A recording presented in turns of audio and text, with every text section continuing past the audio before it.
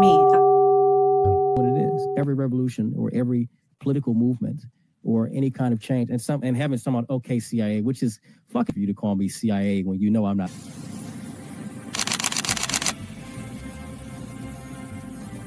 Everything was politicized. It was, oh, this is when we became the left versus the right. But both sides are trash. In COVID,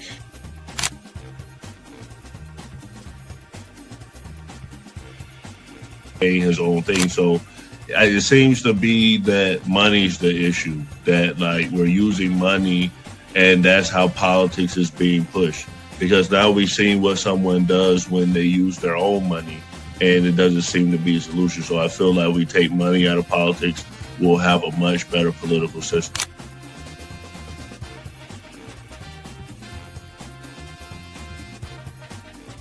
Politician, you think they're gonna come out and tell me the truth? They was lying to my mama. They ain't gonna never tell us.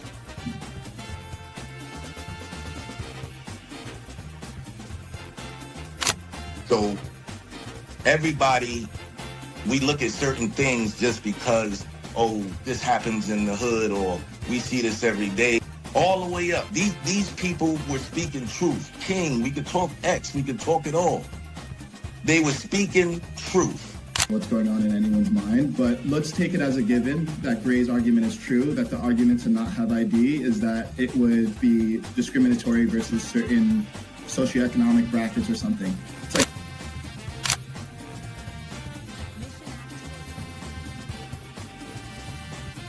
like the world's greatest trial run of what people will do and what people won't do. And we are the only country on the planet that really fought against the government. A lot of it.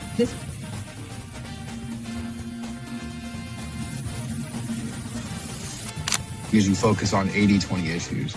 I'm looking at the Epstein issue as we have 80% of the information we need to prosecute these people that actually did anything, but you're focusing on the 20% trying to take down Donald Trump, which you're never going to get. So I'm going to keep sitting here with a smug-ass face on every single day. I'll explain. Good question. I'll give you the answer. The Republican Party constantly talks about transgenders and transgender surgery to minors.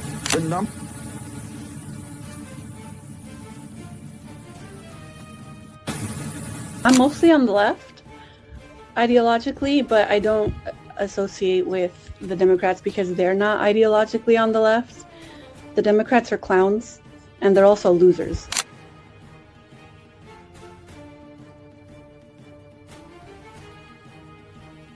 About to be any engaging conversation. It's not about to be any discourse about different political ideologies, what works and what doesn't. If that is the outcome, right? For example, I'm not going to go and just put myself in the middle of a KKK rally. Verify me. I'm not a fucking Fed. They always do this. I'll say this, right? And they did the same thing to Nick. We've seen the video. They'll call people who are genuine and authentic Feds because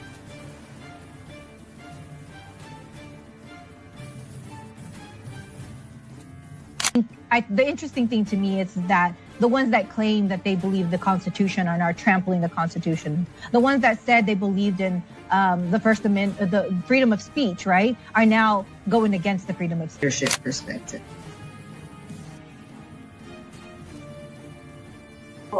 Y'all have no plan. They'll never talk about nothing positive about the Democrat Party. Everything is just anti-Trump. They're not willing to have a conversation. They call us fascists. We willing to have a conversation. Charlie Kirk's willing to have a conversation. He is going to share the stories of great American heroes who exemplify bravery and the spirit of 1776. And the president is, of course, going to tout his administration's record-setting accomplishments over the past year while laying out an ambitious agenda to continue making the American dream more attainable and affordable for working-class people across the country. It's going to be a great speech. There will be some tear-jerking moments, as there was last year, in addition to some moments of levity, and so we hope everybody will tune in. Yeah, Caroline, what can we expect as far as people in the audience? Because I know every year we see someone special sitting next to the First Lady, and then the president always talks about different stories. Disclaimer. The views and opinions expressed on this panel show are those of the individual speakers and do not necessarily reflect the views or positions of this channel, its affiliates, sponsors, or production team. This content is intended for informational and entertainment purposes only. Viewer discretion is advised. We encourage respectful dialogue and critical thinking around the topics discussed. Party. Why I like the new party? Number one, it's a group of people that's on a panel. We all have differences, but we all basically still come together at the end of the day. The new party for me is about unity. The new party for me is about educating people to the truth, letting people know what's been going on in our country. With that being said, shout out to the new party, man. We're going to keep it going with y'all.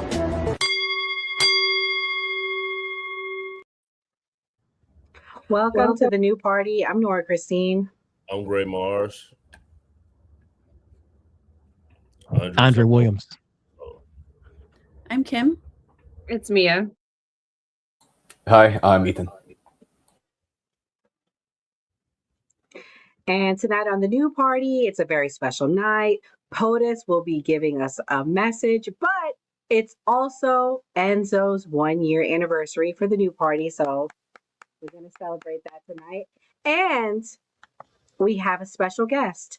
Andre will be working with us starting Tuesday night. So if you're a fan of Andre, same time, same place, every Tuesday night. We are excited to have Andre be a part of our team. We believe in all viewpoints here on the new party.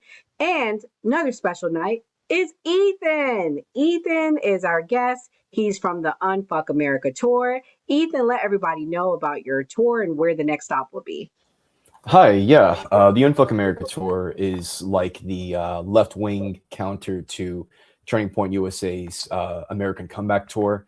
The left has been unbelievably slack at countering organizations like Turning Point, and I'm very happy to be a part of this left-wing counter movement, if you will. And our next event is scheduled to be in North Carolina, I believe in April. We might have one coming up in March, but we need to get the details worked out on that one. But I'm very happy to be here. Thank you. Yeah, Very quick question. I am so sorry. Very interested. What do you mean by the left? So I would say anyone that's like center left. So like not necessarily like leftist. Well, I guess a leftist would probably agree with me more than a conservative, but anyone that's just like center left in American politics. Okay, like do you like Kamala Harris left, or you don't Yeah, like for Kamala sure. Harris left?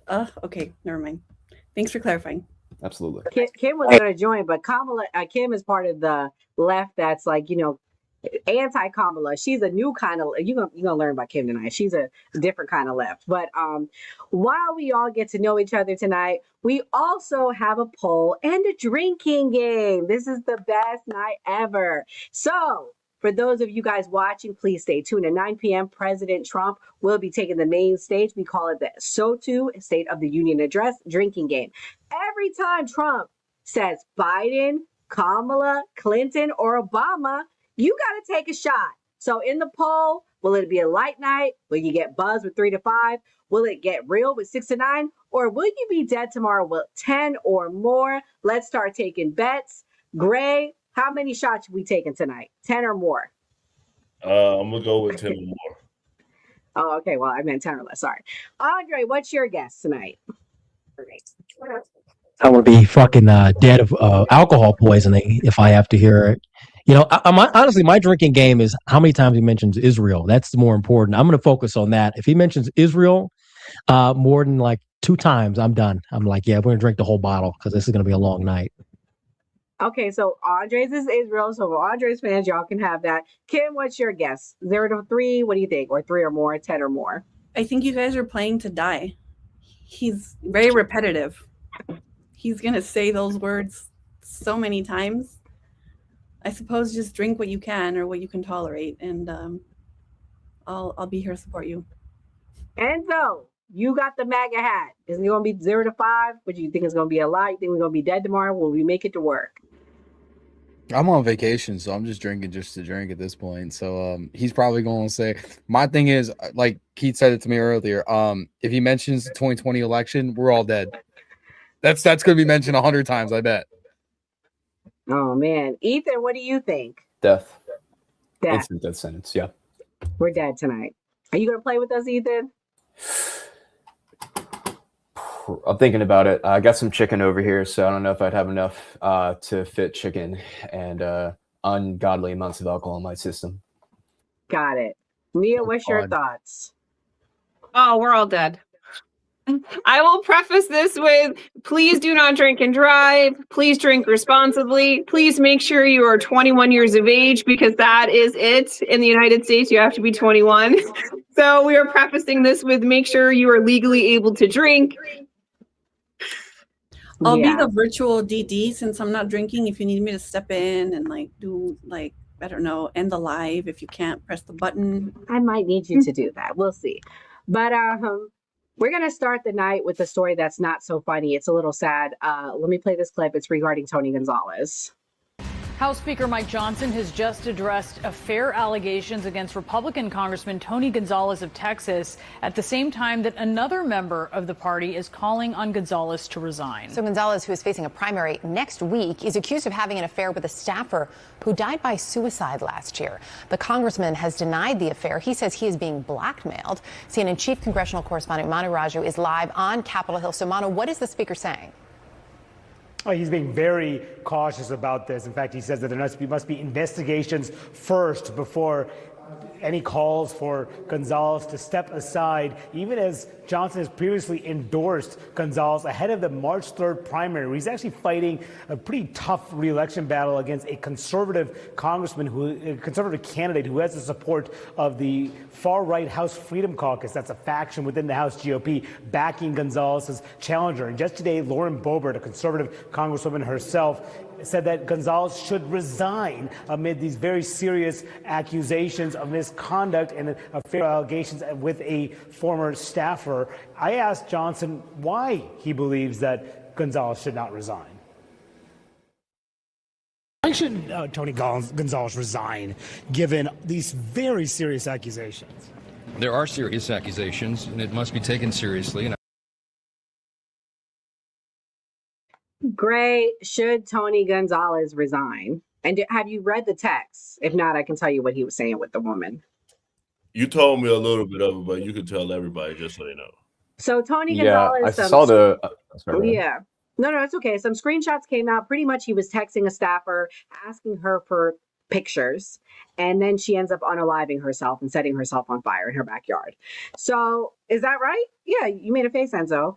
And so pretty much people are calling for him to resign. So Gray, should he resign? I would say he should resign. I mean, that seems pretty worse than some of the stuff that people have resigned for previously. I don't think he's criminally responsible, but I think that that's a very scandalous thing, affair plus suicide. So I think he should resign for the good of the Republican Party. Enzo, should he resign? Based off of an affair, no, I think they should just investigate it and go from there. If he had any hand in her self-unaliving, then sure, he should resign after that. But if it's just because of an affair, no. We had a president get blown in the Oval Office, and he didn't resign for that. So, Andre, should he resign? No, if he's going to resign, then we should get everyone in the Epstein files to resign from their positions, corporate, political.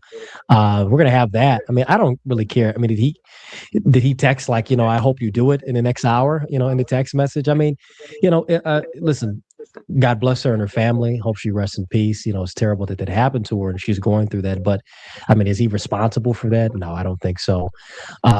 Is it scandalous? Yes. But I mean, half of these people walking around Capitol Hill have like their fucking aides and they're going with their secretary, and some of them are gay, secretly gay. Lindsey Graham, we're talking about you. So, I mean, if he's got to resign for banging little Bo Beep over here, Lindsey Graham should resign for being gay. There we go. Kimberly will agree with you. Kimberly alludes to that a lot on our show. Yes, please. Lindsey Graham, please come out. I love gay people. I think that's his problem, honestly. I think he's so angry because he can't just come and flag his freak flag out. But yeah, Lindsey Graham, please come out. My opinion is very similar to what Andre just said. I don't think our politicians should resign for having an affair. If there's an investigation and it's somehow he's like implicated, then sure, obviously. But yeah, let's hold these Epstein class elites accountable first. I think that's more important. Yeah. So speaking of elites and holding accountable, Trump's tariffs have been struck down. I'm going to play a clip and then I'm going to let our guest, Ethan, go next because I know, Ethan, I know you have a lot to say about this, but here we go. This is explaining the tariffs. President Trump is pressing ahead with a new round of tariffs today after really a devastating ruling from the Supreme Court that determined his sweeping emergency trade duties are illegal. This morning, the president announcing on social media that he's raising worldwide tariffs to 15% after signing a 10% global tariff order late Friday. And today, the president continues to lash out at the Supreme Court, calling its 6-3 court decision on his signature economic policy extraordinarily anti-American. I want to bring in CNN's Julia Benbrook, who joins us now live from the White House. So, Julia, what do we know about these tariffs and the president's plans moving forward?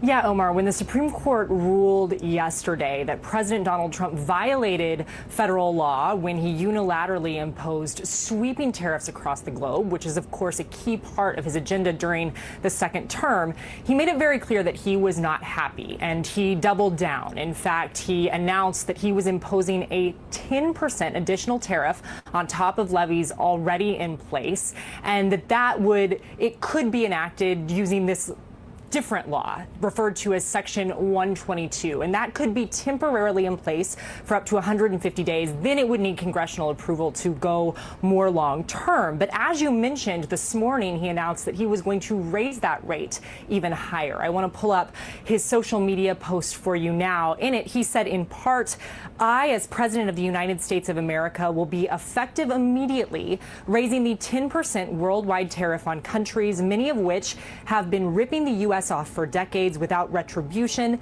until I came along to the fully allowed and legally tested 15% level. Now, the executive order that he signed for the 10% tariff did say that it would go into effect early Tuesday. So we have reached out for the White House for any clarification on the timeline with this 15% rate, if it would remain the same. But he has been lashing out at the justices who ruled against him. We saw two justices that he appointed, Justice Amy Coney Barrett, as well as Justice Neil Gorsuch. They joined Chief Justice John Roberts and the three liberal justices in the majority opinion. And during his press conference yesterday, Trump said that he was deeply disappointed and ashamed of some of those justices. When he was pressed on the two that he appointed specifically, he had some strong words. Take a listen. Are you surprised in particular by their decision today? And do you regret nominating them? I don't want to say whether or not I regret. I think their decision was terrible. Yeah. I think it's an embarrassment to their families. You want to know the truth, the two of them.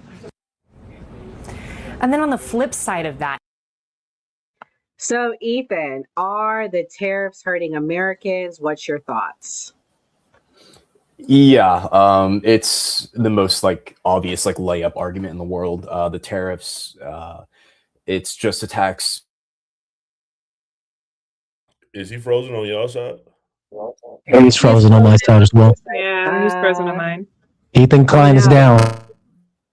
Oh no. Okay. Can you hear me? Yeah, wait. Ethan, are you back? Yeah, can you hear me?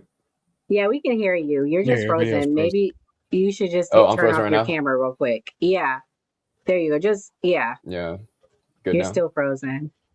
My internet hiccuped for a second. I'm gonna refresh the page. Is that okay? Okay. Yeah, that's fine. I'm gonna have Mia go while you refresh, okay? For sure. Thank you. All right, thank you. Mia, what's your thoughts? Are tariffs bad for us? Targeted tariffs can be great when it comes to certain industry. We did it in the 70s and 80s when it came to the auto industry. That's how we have Toyota and Subaru plants here employing Americans, because it is beneficial for us in certain ways, especially with steel and certain industries that benefit us because we have the mines here and we can make it here ourselves. However, complete blanket tariffs is just a shadow insidious way of a consumption tax on Americans. And now we have a bunch of companies who essentially are getting paid twice because they're entitled to refunds, right? So these companies pay tariffs and then they pass that tax along to the American consumer who then pays it. And then now they're going to get a refund, potentially. I'm sure they'll end up with a refund. So now they're getting paid twice because Americans have already paid for the product. And then they're also going to get a refund of the tariffs that they paid. So they're getting paid twice now, right? There is nothing stating that the American citizens are getting extra in our tax return to compensate for the fact that we physically paid at the end of the line for the tariffs, right? So at the end of the day, corporations are going to win out even more than what they already have. And it's just a very insidious thing at this point in time. And then not to mention the architect of these tariffs, Howard Lutnick, his sons who operate Cantor Fitzgerald actually purchased the rights to these tariff refunds already. So if you can imagine, that's a pretty big conflict of interest. We have the Secretary of Commerce who comes up with this idea, and then his children, who he obviously converses with probably on the daily, knows that this is going to happen. And then in turn, they tell these companies and they say, hey, let me give you 20 or 30% from the tariffs that you just paid. I'll take this rebate. I'll give you this rebate. I'll give you this money, and I'll take the rights of any future earnings of refunds. So they did that. So now Cantor Fitzgerald owns millions upon millions, if not billions of dollars now in refunds from the federal government, which is directly going to impact Howard Lutnick, who is the architect of these tariffs. So have we seen the full picture? Americans get screwed twice. Corporate profits go up. They get two separate refunds. And then our Secretary of Commerce, his family becomes $150 billion richer because they bought the rights to a lot of these tariff refunds way before this even hit the Supreme Court, which for me lets me know that Howard Lutnick knew what he was doing was wrong. He knew that it wasn't going to last, and he positioned himself and his children to benefit from this. Again, it's just crony capitalism as we've seen. For sure. Ethan, are you here? Yeah. Okay. For some reason, we can't. Yeah, we still can't see you, but you can go ahead and give. Yeah, just turn your camera off and you can give your answer because we can't see you. Oh, hate to see it. I Yeah. know. So with the tariff situation here, it's super obvious that he was abusing IEPA, and this was recently challenged on day one. If you know anything about the history of IEPA and the Trading with Enemies Act, the idea that Trump could unilaterally impose global tariffs at whatever rates that he wanted at whatever time is just insane. In fact, the fact that any of these Supreme Court justices disagreed with striking down. Oh no, we lost him. Is it me? I just sent him a message if you want to take him down. Okay, because I can't hear him. Yeah, he completely cut out. Oh, Ethan. That's crazy. Yeah, now I can hear you. I don't know what's happening. Like, my internet seems to be fine, but I guess not. Are you on a laptop or a phone? No, I'm on my computer. Are you using Chrome? I am. You might need to restart. Yeah, what kind of internet you got, bro? Usually You got that Biden pretty good. Wi-Fi. I've never had an issue like this before on Try Discord. your phone. The Tambo shit. Censored. Yeah. The Trump admin's on to me. Shit. Yeah, Ethan, try doing it from your phone and come back in because, like, we notice that sometimes on certain laptops it's not good. Okay, I got you. Just connect the cord to the camel's ass. It'll get a better connection. Sounds good. All right, we'll try. Third time's a charm, y'all. Okay, thank you. Okay, guys, I'm gonna play this clip. This is supposedly Trump's getting sued by FedEx. Let's watch. Breaking news coming into us now. Tariff fallout, if you will, with FedEx now suing the Trump administration. They basically want a Andre, you have refund a after the fan. Supreme Court's tariff ruling. There's some legalese we'll show you here. Basically, FedEx says that since the justices decided those so-called reciprocal tariffs on pretty much any country are illegal, the administration owes them money. Gabe Gutierrez is joining us now. Presumably big bucks, Gabe. What do we know? I know this is just coming into us, and we're kind of just getting a chance to sift through this here, but it's interesting.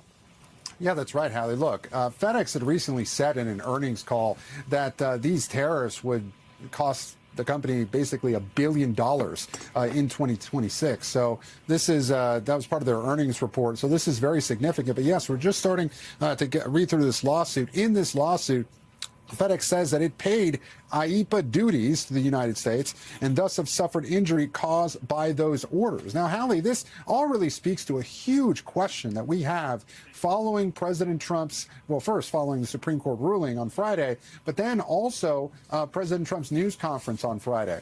That now that the Supreme Court ruled that these specific tariffs, these retaliatory tariffs, these IEEPA tariffs were illegal, how would the U.S. go about paying these back? And right now, we don't have a significant answer from the Trump administration. They're basically waiting to see how this all plays out in court. Now, the Trump administration was certainly waiting for lawsuits to come. This, of course, the first major lawsuit that we're now seeing here on Monday. We're out to the White House. Don't have a comment yet from White House officials as to this latest to this lawsuit, but certainly this could be the first of many to come, and we don't have a strong answer of what the administration is going to do here, Hal. We thank you for watching. Andre, are tariffs legal, and are you surprised that FedEx is suing the Trump administration? Well, this is what you get when your corporations are not loyal to the nation. They're loyal to their profits and loyal to their own gains. This is why we need to nationalize these industries and push for unionization across various different industries. We need to have that. But when it comes to the tariffs, I have to agree. Having these blanketed tariffs is weak. It was never going to work. If you're not going to penalize these companies for going overseas and shipping these jobs over and fucking over normal Americans, if you're not going to penalize them, then there's no point of having the tariffs. The tariff should be it should be coupled with the penalty on these corporations, and then also incentivizing people to build and to grow and expand within these industries. But they're not going to do that, and it's just a show at this point. The Republicans have had the last 2 years to do everything. They've had both the House and the Senate, of course, very slim majorities, and the presidency, along with the Supreme Court, and they've done nothing. So this is why they're going to get killed in the midterms, and I completely have no faith in them anymore. They've lost all respect and all control, and they're going to get exactly what they deserve. I'm going to be sheltered from it. I'm not going to care. I'm going to sit back and like I told you so. This is why I say, as much as I didn't like Kamala was disgusting and horrible and would have been a horrible president, it would have been good for the right to have gotten ass kicking in 2024, because we would have came back 2028 or maybe even 2020, coming in 2026, 2027, a lot better. But now we're going to have to, take the blunt and the pain, and it is what it is. So we'll see what happens when it comes to this. I mean, he's going to put on the new round of global tariffs, and I think that's the end of it. But this is what he gets for half-assing it all these months. Going back and forth, we're going to put the tariffs on and we're going to take it up. I talked to Canada, they don't want it. Nigga, just do it. If you're serious about it, if you campaigned on it like you said you were going to do it, just do it. Don't sit back and, we're going to just put the tip in for this time and then we'll come back and have a discussion. Like, come on, are you going to fuck or you're not going to fuck? I mean, that's all I got to say. And Trump seems like he's half fucking the entire time. Ethan, now you look much better. So it's working now. It's not a conspiracy. Do you agree with what Andre said? What's your thoughts? Should we nationalize, unionize things? What do you think? Uh-oh, can he hear me? Now he can't hear, so but he can see. He's muted. Ethan, can you hear us? Just skip him and go back to him. I'm going to go to Kimberly. Kimberly, I love your face. It's so beautiful. But you made a face when Andre said nationalize and unionize. What do you think? Are you surprised hearing that as a lefty? Yeah, you're talking to an anarcho syndicalist right here. I'm all for that. Let's do that for sure. 100%. Where'd that guy? Hey. He said he can't hear you. Coming back. Yeah, keep going. It's your turn, love. Oh, okay. The Trump tariffs. Sorry. Yeah, so I disagree with Trump tariffs with certain industries, especially when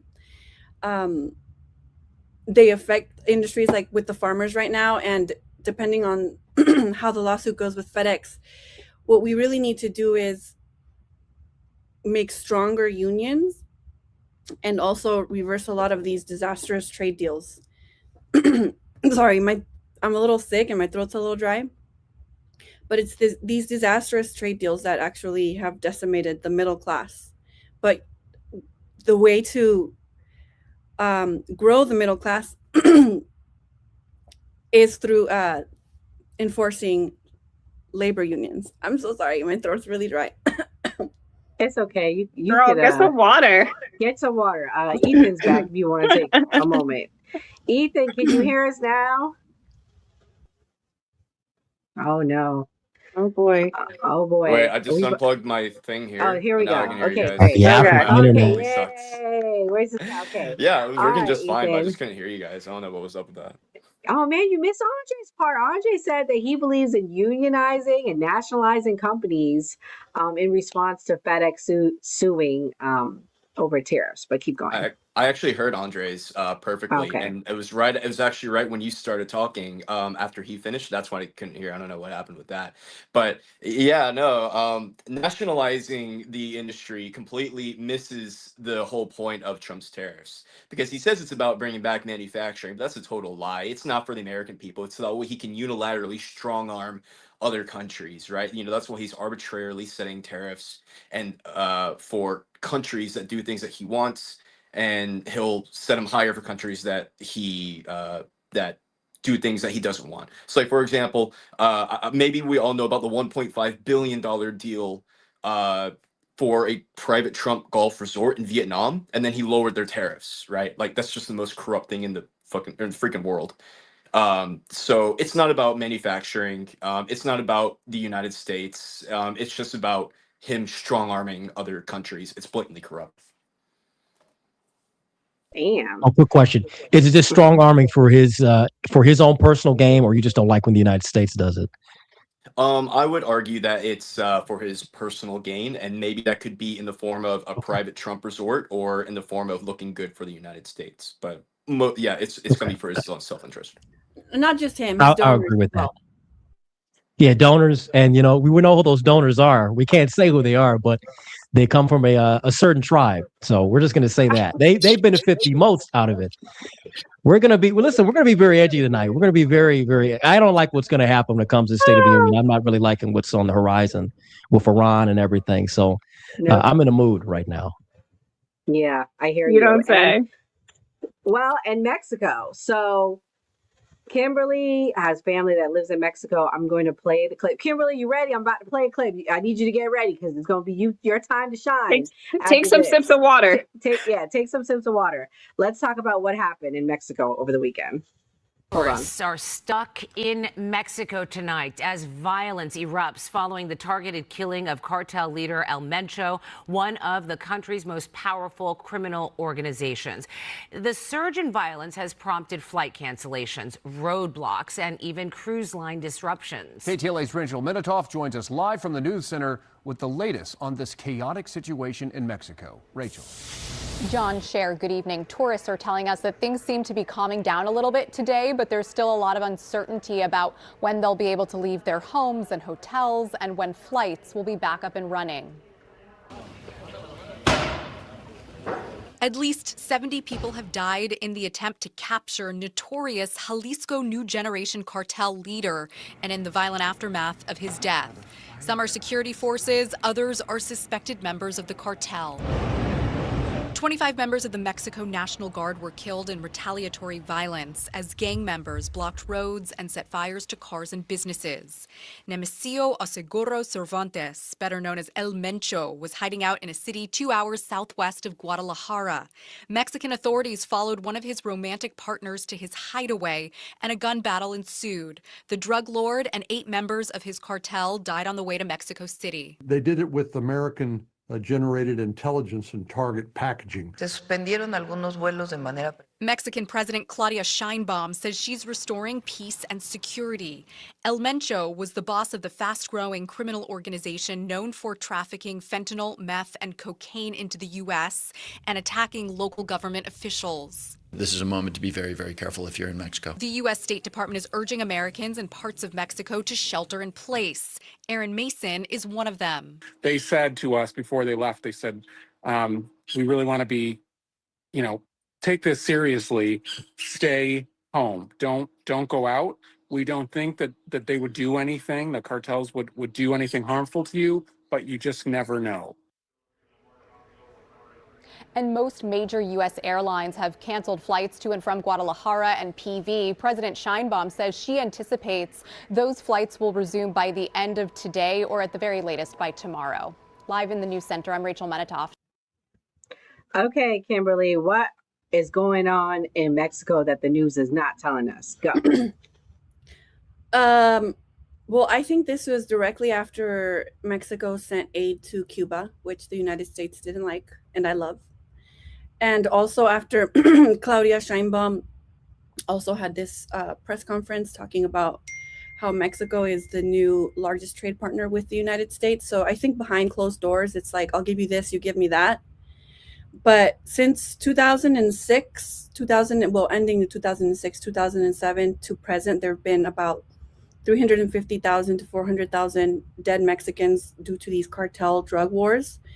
The real solution to the drug cartels would be to legalize and regulate these illicit drugs, the same as prostitution, not through drug wars, because when you start drug wars, which, like I said, we only see what they present to us because the CIA and the DEA work with these cartels, helped create some of these cartels like the Zetas, and not just in Mexico, but in the Americas and all over the world, like we saw with Afghanistan, and pause in Afghanistan for emphasis because it was very sad what they did there.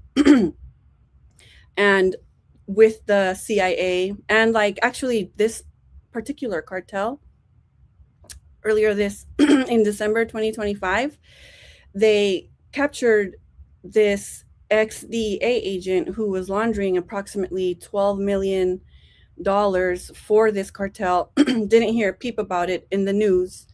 They'll arrest and incarcerate a lot of the lower level cartel members and launderers, but when it comes to actually addressing the root issue of drugs, which the number one customer of these illicit drugs is going to be the American, because we're riddled with diseases of despair and this consumeristic American culture.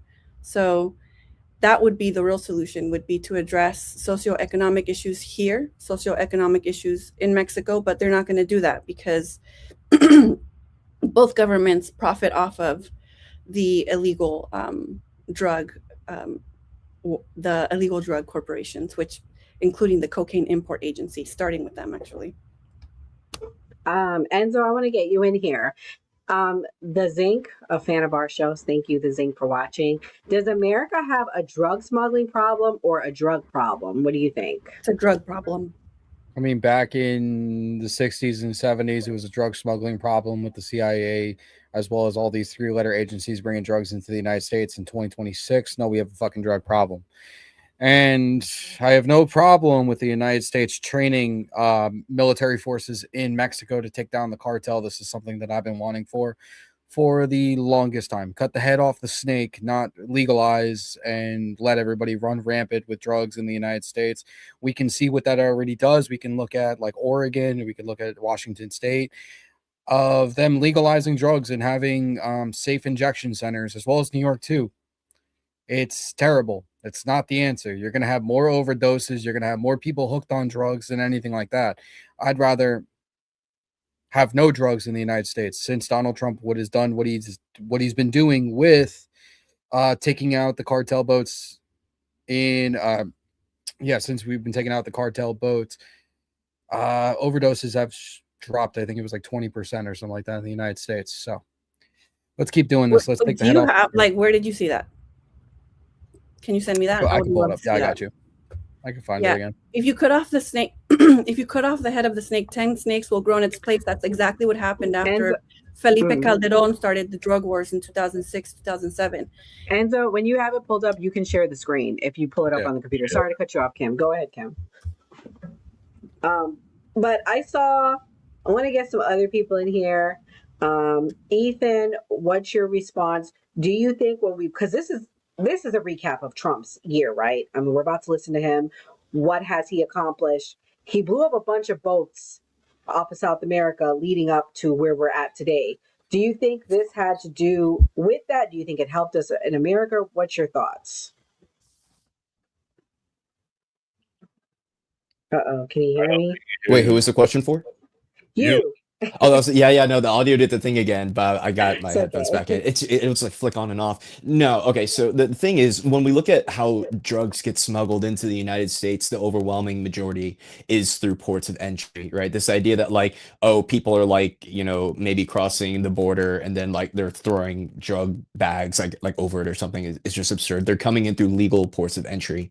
I know Enzo was talking about blowing up the drug boats, but the United States has proven or given zero evidence that these are actually drug boats. Some of them, yeah, probably are, but we have no idea like how many people are getting like blown up who are being human trafficked, which would be killing innocent people, which is disgusting.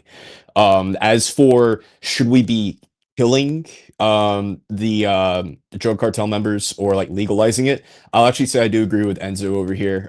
Something I'm totally in favor for to get Mexico's government stabilized is like some kind of like United States intervention, whether that be through like maybe aerial support or intelligence, like what we just did. That's something I'm actually in favor for. But the idea that like legalizing the drugs there would take away like the drug cartel's influence. No, these people effectively do have to go. Wow, Enzo and Ethan agree on something. Mia, what's your thoughts, Miss America First? We need to mind our business. Should we mind our business or send support to Mexico? I feel like if Mexico asks for support, we should absolutely oblige them. However, I mean, I kind of am more of the mind of Enzo. I mean, we have the statistics from Canada. So legalizing drugs has not made Canada safer. If anything, it has compounded and made their opioid crisis worse. I mean, the information's on the internet. At this point in time, legalizing drugs would not help us. It's going to hurt us and more people are going to die. So, I mean, I'm not saying we strong arm Mexico, but I'm saying at this point in time, we need to collaborate with them because we have a drug problem here and they have a cartel problem there, which is not helping us. Either way, we're going to have to work together to solve this problem. I would hope that Mexico would want to work with the United States and we would want to work with them. But I think I am absolutely against legalizing any sort of drugs at this point in time outside of marijuana, because I mean, Canada is the proof in the pudding. They legalized it there and they have more deaths now than they had before. I mean, we're talking 68% higher. I mean, it does not help. So unless we're going to like really try to find a way, I mean, we're going to have to, something's got to give. So either Mexico's going to have to get their shit together or we're going to have to go down there for them and get their shit together. I mean, I guess this Jalisco group of people or whatever, there's like 20 or 30,000 people. I don't understand why Mexico can't just kill them all. Just kill them. I mean, just kill them all. That's only 30,000 people. Get rid of them. I mean, there are millions of people that could survive. Just kill them all. Horrible. Like, just kill them all. I'm like, these people Kill them all. and cut your heads off with machetes. Massacre them. And we would eliminate the problem. I'm sorry. Pick them in the hole. It's going to make the problem worse because I mean, they're terrorizing entire cities full of millions of people. I mean, they've killed probably hundreds killed of thousands more of people. If we tally up all of the deaths from all of the cartels for the last 80 years, we're talking hundreds of thousands, if not millions of Mexicans. I mean, at this point in time, eliminate them because they're a problem and we need to solve this problem. I just said that right now. Since 2006, it's been about 350 to 400,000 deaths. It's not just legalizing. Drop in the bucket. It's not just legalizing and regulating. It's addressing the root causes of drug use. So providing socioeconomic relief to the people with diseases of despair who do drugs. Also, addiction's not a disease. Just to throw that out there, if you do use drugs, use them responsibly. It's a choice. Drug addiction is a choice. At the end of the day, it's not a disease like anybody wants to tell you. That's not true. It is the truth. Because I come from a family. I come from a family of addicts. It is not a disease. It's a choice. You choose to put that needle in your arm. You choose to put that dollar bill in your nose. You choose to put that joint in your mouth. I did drugs for a very long time. I used to do coke like it was going out of style, and I stopped like that because I wanted to. Anybody who says it's a fucking fucking disease, you're fucking delusional. And I have Enzo. plenty of family that are friends that are family and friends that have gotten clean on their own accord because they wanted to, not because they were ever forced to do it because they have a disease. The disease is the enablers in the family who will allow them to go to rehab 15 times and then relapse and then come out and do the same exact thing 15 fucking times. That's the disease, not the person fucking sticking the fucking paper bill up your nose doing it or sticking a needle in your arm. That's your choice. I gotta agree with that. Is depression a choice? Huh? Is depression a choice? Depression is a choice. Yeah, you can pull yourself out of that easy. Okay, so like people who are like mentally depressed, like they should just like get over it, right? Yeah, they should get over it. They should put their mind into a better depression place. is a natural thing.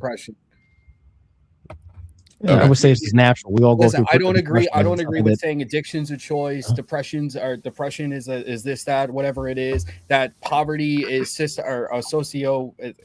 that's a social issue. That if you're homeless, that you need help from everybody else. No.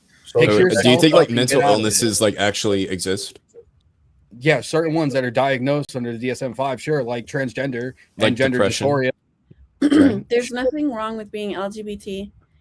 When it comes to There is. socioeconomic issues, Well, there isn't. there's a lot wrong with it. No, It's there a isn't. fall of civilization. Let's not drag this. I'll invite you guys all to a drag. So Enzo, you know that depression is in the DSM-5, right? Hold on, wait. Like, let's get the fellas up top in here. Bray, what were you saying? I was just telling Enzo the word he was looking for was socioeconomic. Okay. Sorry, I stumble on my words. Yeah. It's okay. Andre, what were you saying about depression?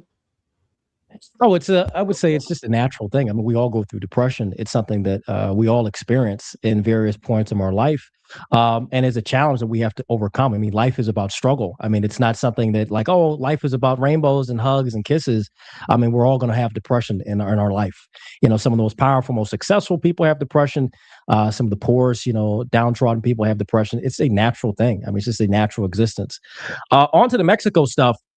Yeah, I'm not for legalizing drugs.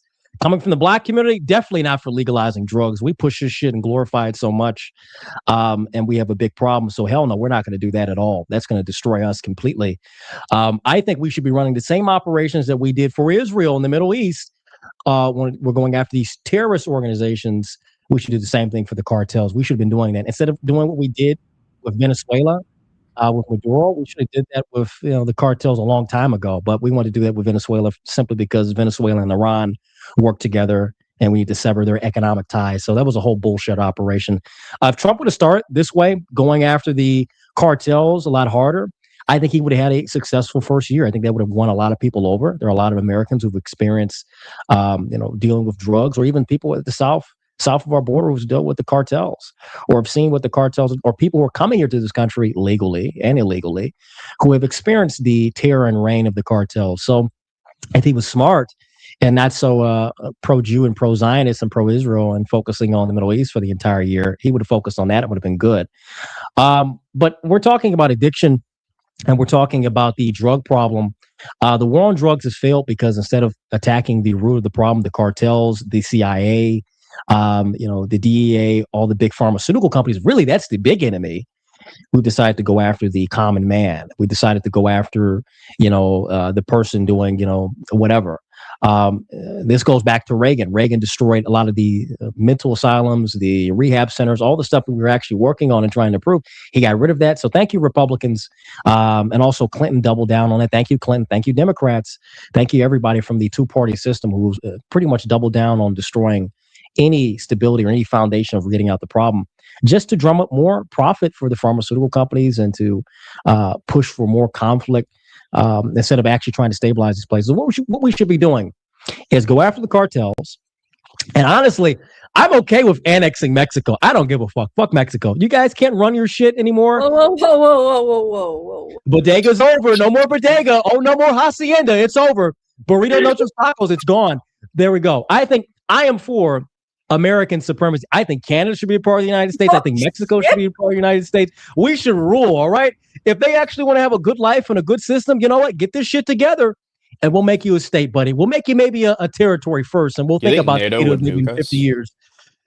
NATO, fuck NATO. Who gives a fuck about NATO? Fuck NATO. I mean, like, we do you are think they would NATO. nuke That's the us? thing. Do you think they NATO's would a nuke us? fucking I think joke. Israel. Hold on. us? I think Israel No, would they nuke us. won't. Samson option. Yes, they would. So Israel the would United nuke us. States They're like they're getting. went NATO would not nuke to the United start States. NATO is a annexing joke. countries. It is a joke. So Look then at you what- don't think look that at like what they would NATO- retaliate look at against the us NATO- with nuclear NATO force? response. Look at NATO's So let me answer that question. Oh, They sent let me 30 answer that people. question. They sent 30 fucking people to Greenland to back up Greenland. They're a fucking joke. Yeah. And if it wasn't for us, they wouldn't have half the technology they have. Yeah, try to nuke us. We'll flip the switch so you can't even turn your shit on. Try it. That's not. I'm going to say this, Ethan. Hold on, Ethan. I'm going to say this. The Europeans are too pussy to do anything in their own country. So I don't really care what the Europeans have to say. We're a civilizational power. We're a civilizational state. So we can do it. We can take a shit over here, and they're going to have to smell it and deal with it as much as they want to. I don't think they're going to nuke us. I think that would be stupid. We have more nukes than them. We have a better military with them. They do have a capable fighting force, but I don't think the Europeans should be focusing on what America does in our hemisphere. They should be focusing on their own internal problems economically, racially, culturally, socially, than trying to focus on what America is doing. Without us, without the United States, a lot of these European countries wouldn't be shit. So they should be very grateful that we saved their ass twice in a century, and shut the fuck up and be grateful. That's what they should be doing. Yeah, there's just nothing really of substance for me to debate here. I mean, the idea that the United States is this, like, it's the supremacy thing in the sense of we don't need any other country in the entire world is just absolutely delusional. We don't. It's not delusional. We actually push it. Absolutely is. It's actually playing out. It's not. We see it today. I think that black and white Americans in this country, Americans, we are supreme. We are better, in terms of technologically, academically. We've fallen off. We've fallen off as a people, and this is a big problem. And this is why we haven't been focusing on our own issues, because we've been dabbling in the Middle East. We've been trying to combat and restrict China's growth because we think that the Chinese are just going to vanish out of nowhere, or we've been trying to destabilize. We've been doing all these. Here's the problem. Do you understand why the United problem. States? But I do believe in American supremacy. American supremacy. Do you know why is America is the greatest country in the world? Because we take the best. Because our because military. we take the best immigrants in the world. Okay, the best. No, the immigrants fuck are the it's ones not. who That's come the here. gayest It absolutely in the is. history of gay and Absolutely, shit. it is. Wait, I'm sorry. It's I'm sorry. gay What and shit. country does History of every gay and person in the shit. entire fucking world want to go to for the best economic opportunity? You know why? Oh, that's the You know fucking why? United States. Let me tell you why. Wealth and You know what? resources from hold on, all let over me the world let me and go to concentrated here, so people will naturally follow 5 that IQ, wealth yeah. here. That's why. Here, let me go to this. Let me explain this. The reason for why we see people coming over here illegally and legally, because corporations want to use them for cheap labor, and both political parties want to use them for votes. That's it. Now, guess what? These people are coming from countries that we. Hold on. Let me finish. Let me finish. Hold on. Let me go finish. Oh, he's like, you're saying dumb shit. Let me go this. Hold on. Let me go, Ethan. I'm not Myron. Let me tell you this. I'm your worst nightmare when it comes to this. Let me tell you this. If you want, I'll talk over you. I will and our talk over foreign you if you want me countries, to. when it goes to Israel, I'll just turn you down and continue to talk. That's what I'll do. I'm an asshole like that. So Go anyway, for it. let me Say finish goodbye and land like my you should. plane and let you go, respectfully, right? So when we look at what Israel's done and these NGOs, these pro-Jewish, pro-Israel NGOs, they've been flooding our country with migrants. They've been destabilizing their countries economically, militarily, for their own benefit. And then telling people, come over to the United States or go over into Europe. Europe has a significant immigration problem that they're going to have to deal with. And I think there's going to be a race war in Europe because of it. It's going to be very disgusting. With the United States, no. America is great because of black and white Americans, not because of fucking immigrants. That is a lie. That is bullshit. When we look at the history of immigration in this country, immigrants, they have contributed somewhat.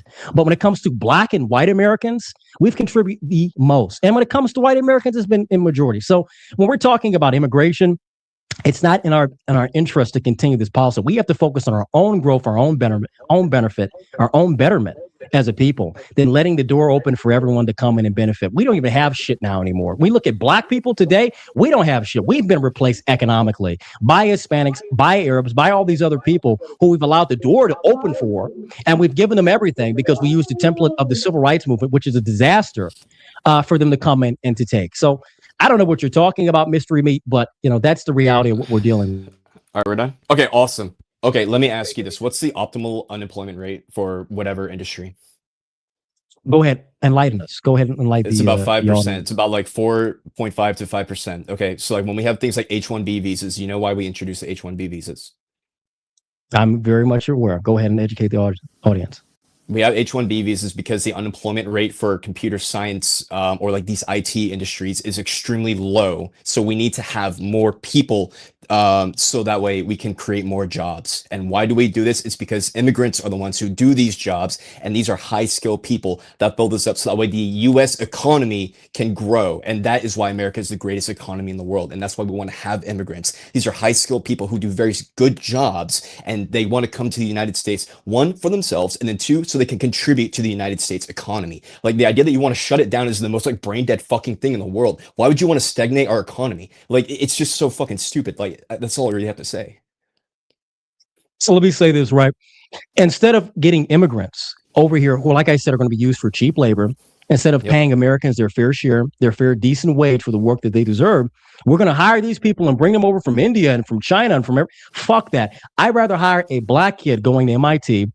I'd rather hire a white kid going to any university, trying to learn and working his ass off, getting himself into debt. I'd rather hire them and give them the job, give them the position. And that means that we're going to suffer. And that means we're going to be put back technologically for a few years. So what? My people are stronger. The nation's stronger. The people are better. That's what matters. That's more important than like, well, we can have like the cuisines from the immigrants that come here because now they're speaking. I don't give a fuck about none of that shit. Fuck them. Let's what? They want to have a good life. They want to have a good country. Go build it over there like we built it over here. Go do it. Wait, guys. I wanna let Kimberly get in, but Kimberly, before you start, guys, at 9 o'clock, I'm gonna be sharing the screen. We can keep talking, but just so everyone knows, we are gonna be live streaming President Trump's address for those of you joining. We'll also be doing a drinking game. You guys can do the poll, but Kimberly, go ahead and say what you guys say. So if you see it on the screen, we'll keep going until they come on. But I didn't want to interrupt at a bad point. Go ahead, Kim. So I'm on the immigration, I'm on the left, but I think that one of the gravest errors that people on the left can make is making a case for H-1B visas when they take away the jobs from Americans, like with Disney in Florida. So when it comes to visas, we have some of the best world-renowned universities of all time. We have and we can provide a lot of those jobs that already exist with Americans here.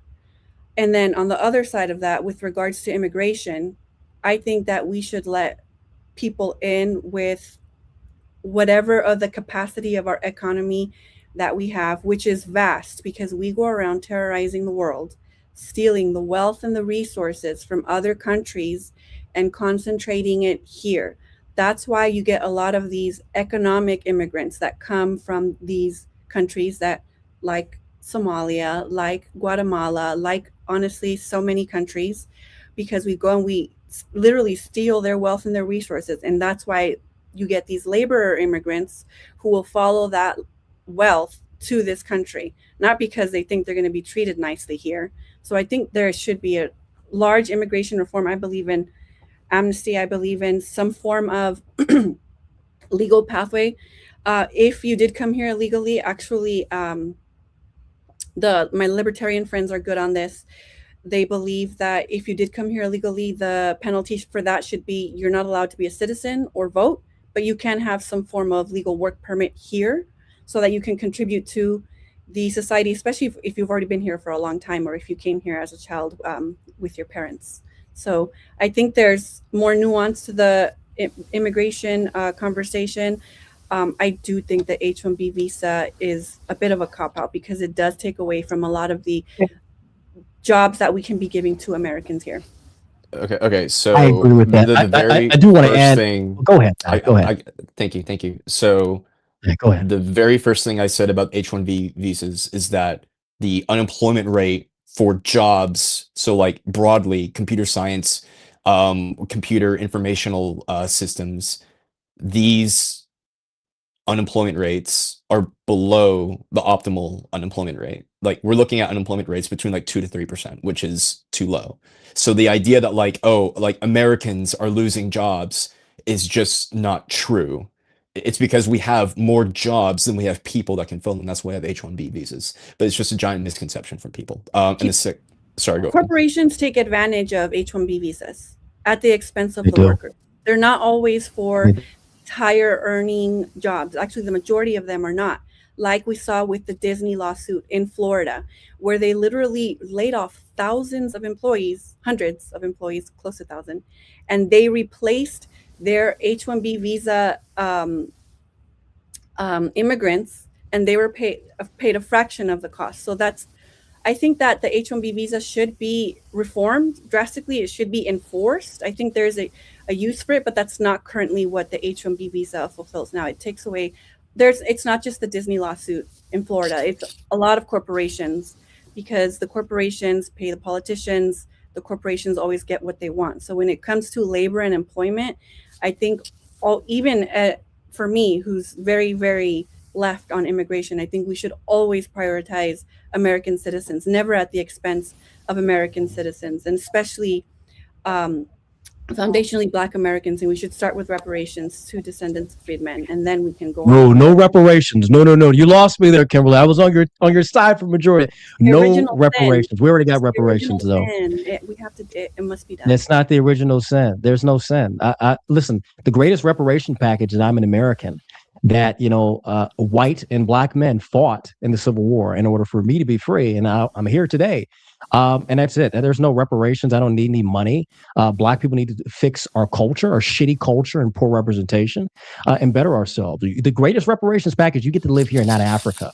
Africa sucks. I don't want to live in Africa. I love being a Black American.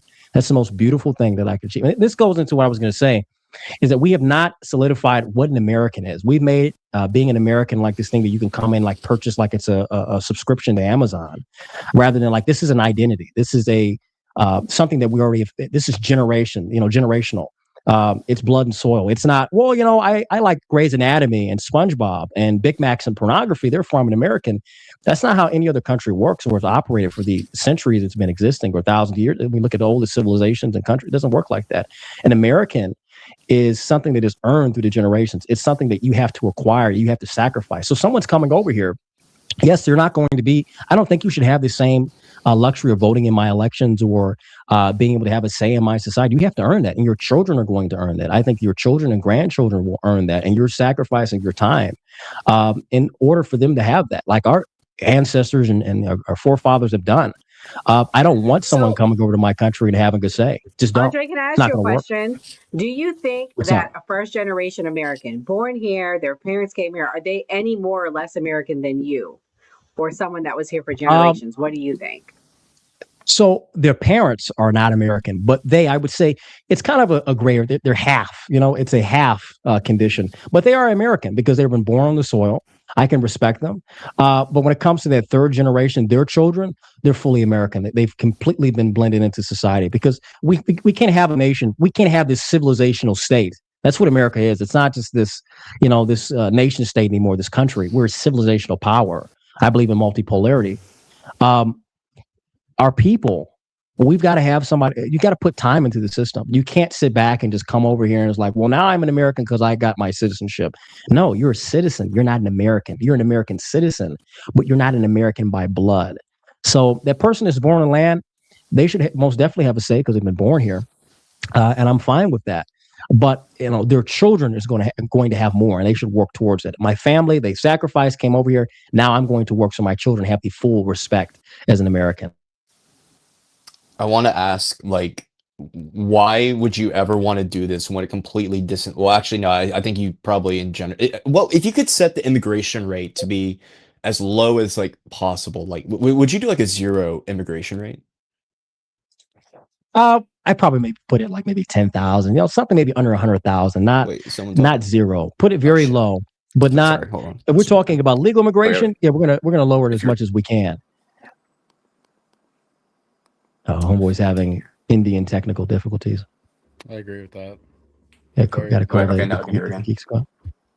Can you hear me? Okay, it did the audio thing again. Say again in 2 seconds. Okay. I'm so sorry. Hello? Oh, he's got it. Okay. Well, I'll just, I don't know if he can hear. Can he hear me? Ethan, can you hear Andre? Yeah, it's doing the thing again. I don't know what's up. Oh. Sure. Well, it's wow, right side broadcasting still going? Holy shit. Yeah, it's going. So hold on, let me hit the unmute. Let me see. I thought they were out of business. I didn't know they still did broadcasts and everything.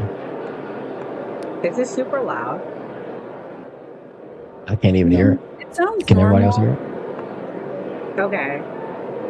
Like, is it too loud to hear? Where, like, if I unmute it, because I think we were about to start. That's why I muted it. Yeah, I can't even hear anything. Okay, so they probably have it muted on their end because of how loud it is. So for everyone watching, this is the State of the Union. As we can see in the background, Speaker Mike Johnson and JD Vance. So President Trump is making his way down to the floor. Guys, I heard that.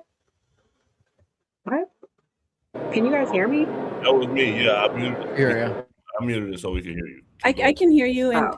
I can hear the Okay. video too. It's just like people in the background. Yeah. Yeah. So supposedly Erica Kirk is his special guest of the night. Oh, no. Kimberly, what actually, Enzo, what do you think about Erica Kirk being the special guest of the night? I don't mind it. Oh my god. I don't mind it. I mean, what's She's wrong gonna with cry her? about What's her wrong with her husband. showing up?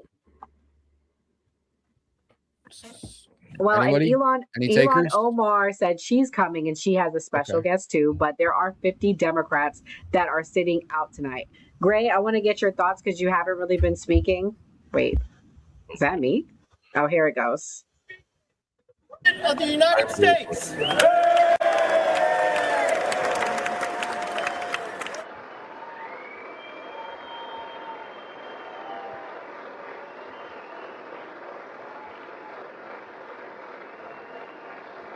Can you guys hear it? Yeah. Oh, okay, Yes. okay, cool. Because sometimes on my end, I can't hear certain things. Because she's annoying, that's why. Yeah, I can't. I can't hear it. Gray, did you mute it? Because I can't No. unmute it if you did. Yep, Okay. we can hear it. Okay. So President Trump's making his way to the floor. But while he makes his way to the floor, what do you think about the 50 Democrats that are sitting out, Gray? I knew that they were going to boycott it. The other thing, I don't know if you guys noticed, they're going to be bringing Epstein survivors as well to the Democrats are. So I remember we were on here last time, and you guys got pretty upset with the guy you met, Nora, at AmFest. What's the little kid name? What's his name that you met? That was the last DJ? Yeah, DJ. DJ? Uh-huh. Yeah, so that was the last big thing that happened last time. So, and then everybody was like, "Oh, the Democrats didn't stand up for this little kid, and this, and that." Then, I mean, he went viral after that. So, I'm not surprised with what the Democrats are doing. I don't think they'll make a mistake like that again, like not standing up for a little kid. But I'm not surprised they're pulling some sort of shenanigans. Yeah, you're Yeah, forgetting the it- illegal aliens that they're bringing too. Oh, I didn't know that. They didn't stand up for Illiform, baby. You remember that? Real American, they are setting out the State of the Union and bringing illegal migrants to it. It's fucking real American to me. Thank you for coming, Ethan. Did you want to say closing thoughts before you leave? Oh, well, he's out. Okay. Immigrants make America Damn. great. Legal. No, they don't. Make We will America deport all of them. legal. They will all legal. go. No, hold on. Here's the thing. Not even legal. I wouldn't go that far. No legals either. That would be me. Well, I was born here, but I'm No first- legals either. We get them out. According to Andre, we're half American, Kim, get and I'm rid a of me. quarter. No. If you come here prior to 1965, like, okay, you got to go. Valid. I mean, That's I would even valid. put it I like agree with 2000. Boom. Like My that's family's been here since the late. Actually, people in my family have been here since the 40s and 50s. My mother Oh, came they here in good. 1970s, and then my father worked on a ship, worked his way legally, came here in the 1980s, and then they met. Well, Nora, you're cool, so you can stay. You know, it's cool. You're American. It's Oh, dope. legal. Yeah, you're legal. But you get the distinction I'm making. Like, this is just something that, know. in I'm order for fucking this with to you. work, it's got to go this way. You know, that's it. I didn't make the rules. This is how things are. I'm just like, broadcasting the shit. Mhm. My mom's family stayed here on expired visas, and they were given amnesty. Does that mean that I'm not good enough? I don't agree. Ah, shit. Amnesty by Reagan. Was it Reagan that gave amnesty? It Yes. was. Yeah, Fuck because Reagan. the whole thing with I Reagan, fucking can't Reagan was stand supposed Reagan. Mexico was supposed to uphold that deal by giving them amnesty, and I don't agree with that. And this old ass decided he was I'm gonna give him amnesty. Sometimes people immigrate here It was illegally it out was of a good necessity. deal. It was a good idea if Mexico upheld their end, but it didn't, so it turned out terrible.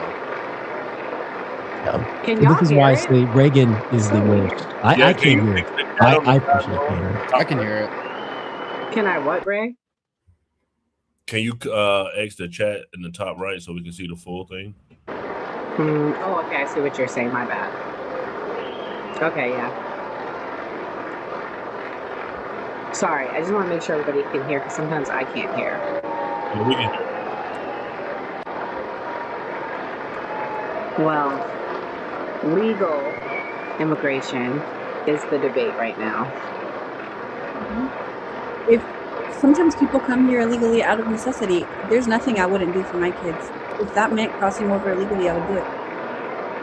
And then you should be deported for it. Yeah, you should be can try. deported from it. We have every right to dictate and come over to, and that's the thing. So, I mean, do we want to have this? Because That the was harsh sweet. Thank conversation, you. we could be very brutal like China or like these other countries where they're just not nice about it. We're very nice when it comes to Throw you in the immigration. jail. Like what we're doing They'll is throw really you in a soft. fucking Yeah, gulag like for that shit over there. yeah, or they'll just kill you. That's the whole thing. So we're very nice, and Members of I think Congress being have the nice is high kind of over. privilege and distinct honor of presenting to you the President of the United States.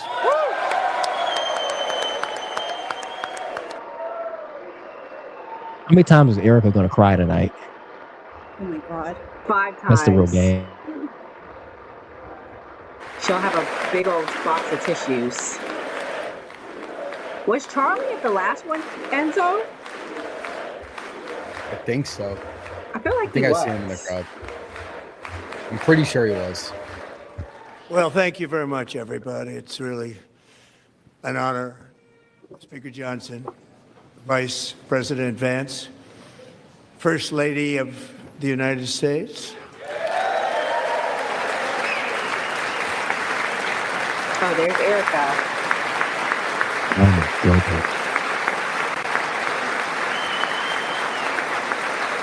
Damn, he's tall. Yeah, look at Darren. Oh, he's there.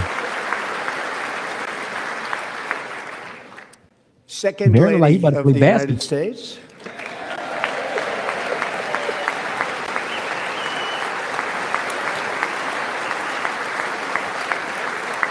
I think the smell.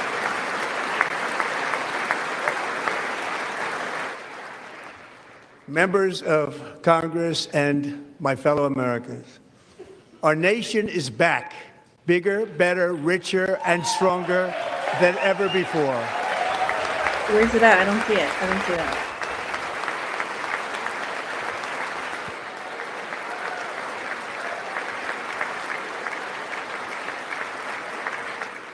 Less than 5 months from now, our country will celebrate an epic milestone in American history, the 250th anniversary of our glorious American independence. This July 4th, we will mark 2.5 centuries of liberty and triumph, progress and freedom in the most incredible and exceptional nation ever to exist on the face of the earth. And you've seen nothing yet. We're going to do better and better and better. This is the golden age of America.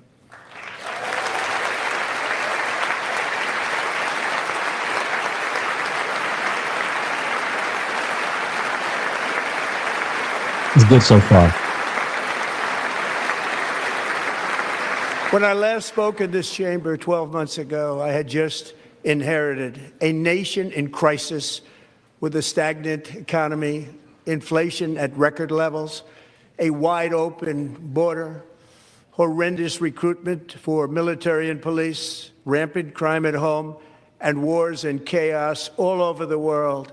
But tonight, after just 1 year, I can say with dignity and pride that we have achieved a transformation like no one has ever seen before, and a turnaround for the ages. It is indeed a turnaround for the ages.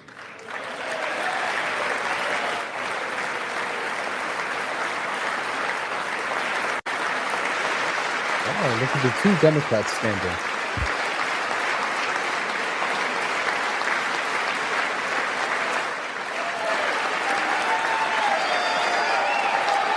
Is Brave been kicked out already?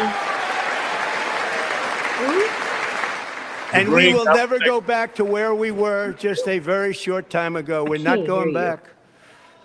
Today, our border is secure. No, it's not.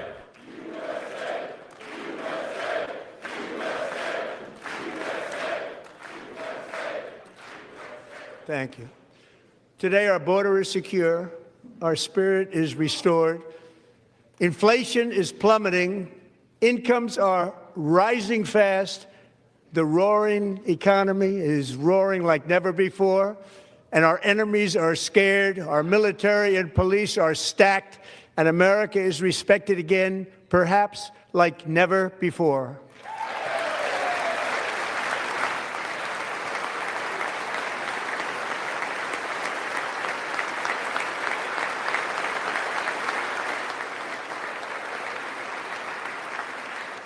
After 4 years in which millions and millions of illegal aliens poured across our borders, totally unvetted and unchecked, we now have the strongest and most secure border in American history by far.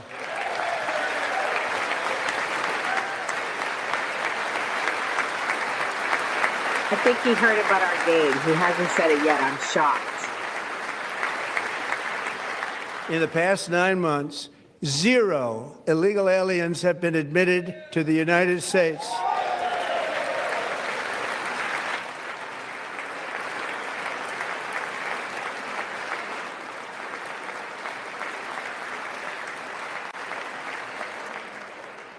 But we will always allow people to come in legally, people that will love our country and will work hard to maintain our country.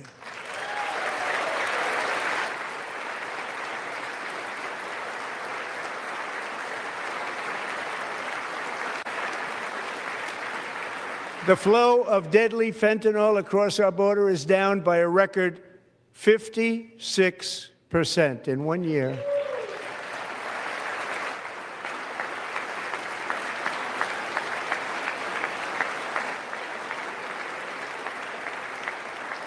And last year, the murder rate saw its single largest decline in recorded history. This is the biggest decline, think of it, in recorded history, the lowest number in over 125 years, year 1900. In fact, substantially before my wonderful father, I had a wonderful father, Fred, before he was born, substantially before he was born.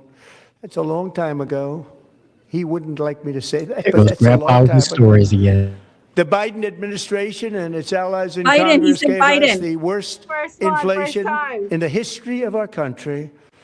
But in 12 months, my administration has driven core inflation down to the lowest level in more than 5 years. And in the last 3 months of 2025, it was down to 1.7%.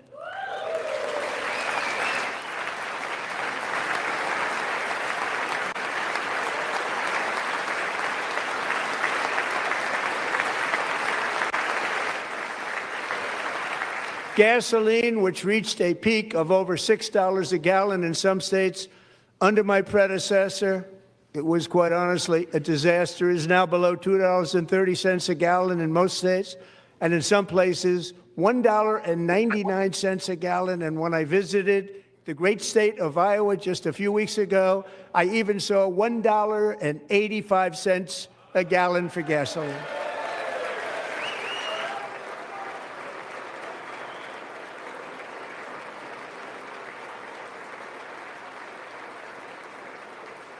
Mortgage rates are the lowest in 4 years and falling fast, and the annual cost of a typical new mortgage is down almost $5,000 just since I took office. 1 year.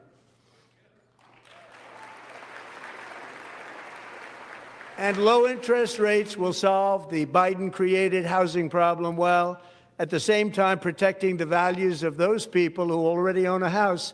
This is going to be really fun. Feel rich for the first time in their lives. We want to protect those values. We want to keep those values up. We're going to do both. And we are going to keep it that way. This is the most boomer fucking ad I've seen. Wow. 53 all-time record highs since the election. Think of that. 1 year. boosting pensions, 401ks, and retirement accounts for the millions and millions of Americans. They're all gaining. Everybody's up, way up. In 4 long years, the last administration got less than $1 trillion in new investment in the United States. And when I say less, substantially less. In 12 months, I secured commitments for more than $18 trillion pouring in from all over the globe.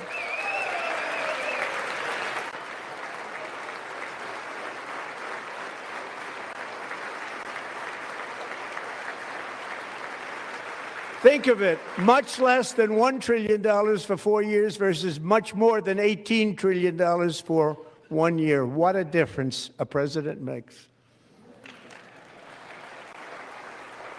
A short time ago, we were a dead country. Now we are the hottest country anywhere in the world, the hottest.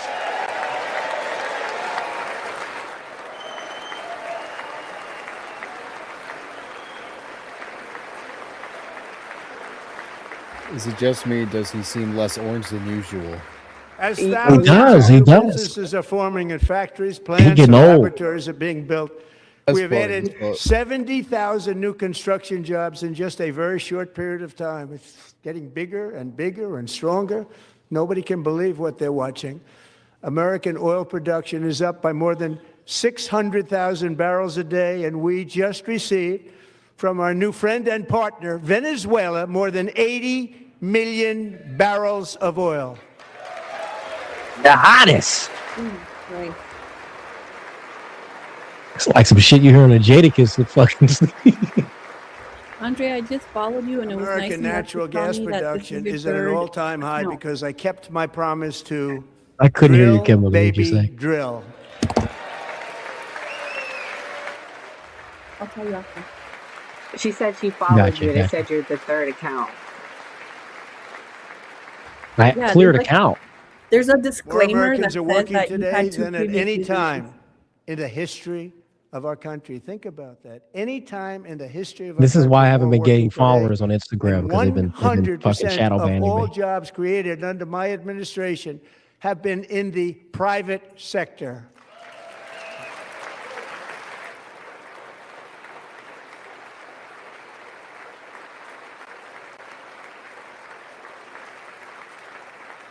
We ended DEI in America.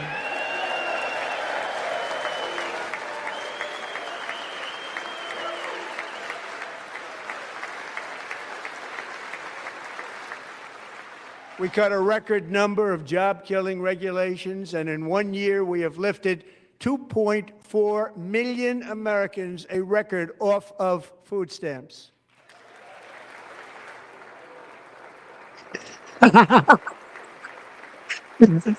That's a good one.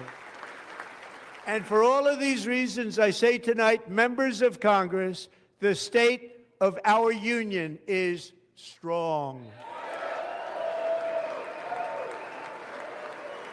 If he says something about crypto, get ready to buy. Get ready to dump. Yep.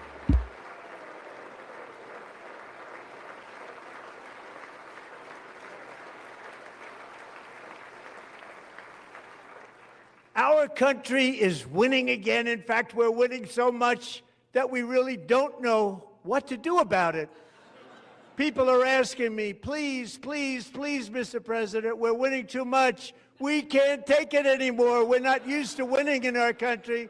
Until you came along, we're just always losing, but now we're I was winning about to too have much. an Andre moment, but I'll And shut I up. say, no, no, no. You're going to win again. You're going to win big. You're going to win bigger than ever. And to prove that point,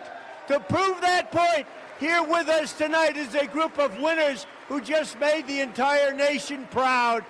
The men's gold medal Olympic hockey team. Come on in.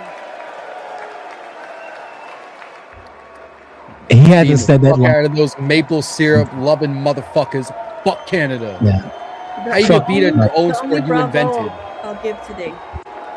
Fuck Canucks. We will claim Canada. We will have the maple syrup.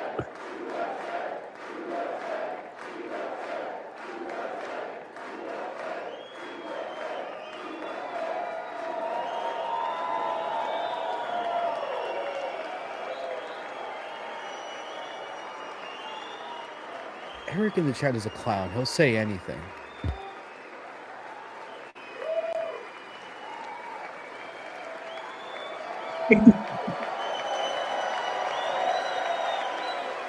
Well, good for the gold team. American excellence. I love Jack the Hughes is a fucking love us. American hero, and he needs to be protected at all costs.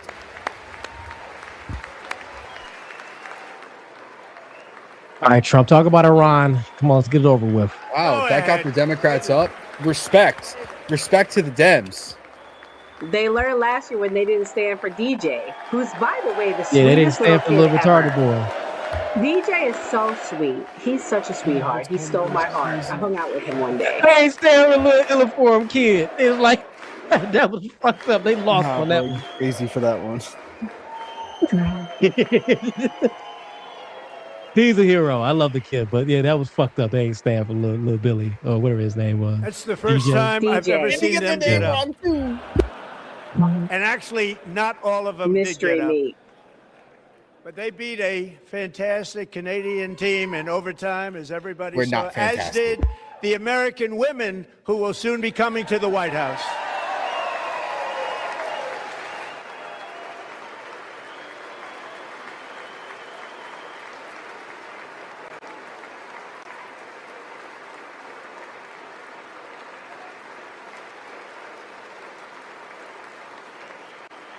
Half of that room's on the Epstein files.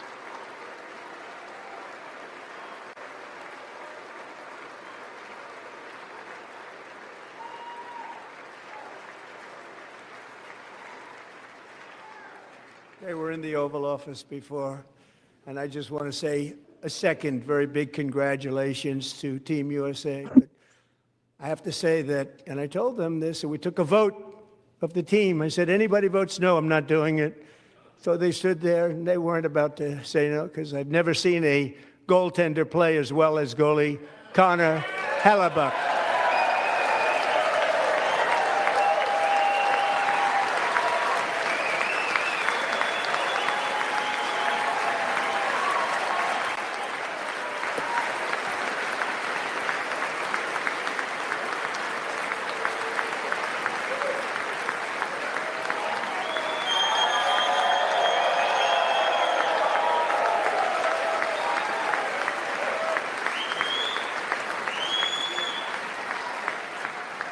Think of it, 46 shots on goal, and I asked him, the one shot, the one where you put your stick in the back and it hit the neck of your stick and bounced off. Do you practice that, or was that a little lucky?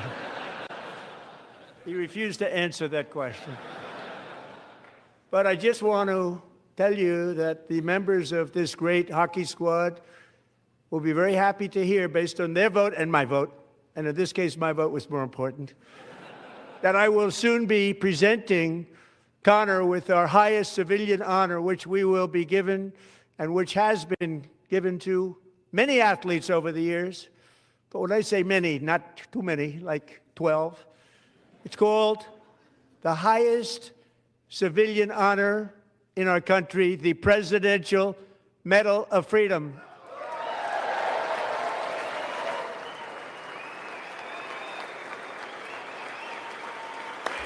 That's what to do with the mask. Yeah, what the fuck is that about? It's 2026. You're indoors. I will say I've been seeing a Great lot of athletes people have gotten that very great, the best. wearing masks And I thought he lately. deserved it. And I did take a vote, every they're single retarded. one of them. I said, I'm not giving it if anybody goes no. And every single one of You them. know, black rapidly old put up grandmas their don't hand. take that shit So I off. want to thank you. What a special job you did. What special champions you are. Thank you very much.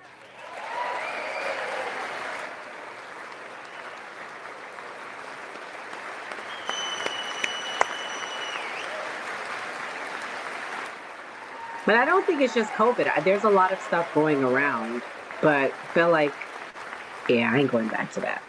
I'm sick right now. I won't I'm go away. also My kid pleased had to say pneumonia. that the next time the Yeah, Olympic same. torch is lit, it will be here in America. So I for think the I'm getting that shit through the screen. 28 Olympics, and it's the summer version right in Los Angeles. We're going to do a good job in Los Angeles. Yeah, see that guy Jeremy who said pneumonia is going around. Crazy. Because he's spreading this shit. That's why. That's what you're talking about. He'll be all right. He's coughing through the screen. Like I said, And I Los got it right now. Angeles is going to be safe, just like Washington, D.C. is now one of the safest cities in the country.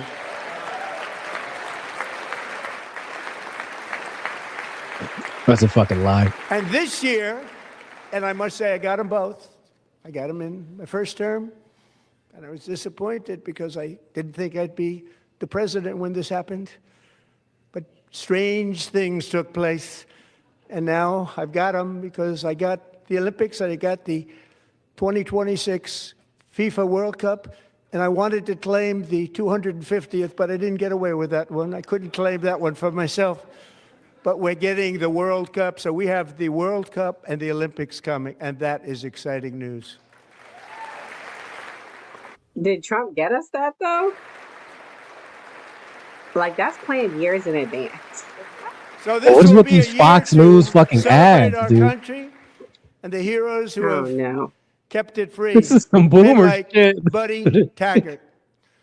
At age 17, Buddy volunteered our country. I'm surprised we haven't heroes seen who one have for a Catholic. kept it free. Men fought bravely in the famous Battle of Manila, worked so hard. He was badly wounded and almost killed by enemy machine guns in Luzon. And 81 years ago this month, he liberated the largest internment camp in the Philippines, one of the largest anywhere in the world. 2018. But he earned many honors, including a Purple Right. Heart and a Bronze Star, came home, started a family, and tonight he is in the gallery looking forward to July 4th, 2026, his 100th birthday. God bless him. Fucking killer. Beautiful. Love him. I love him. It's like, we killed the hell out of those gooks. That's what they was saying. This prison know where I'm coming.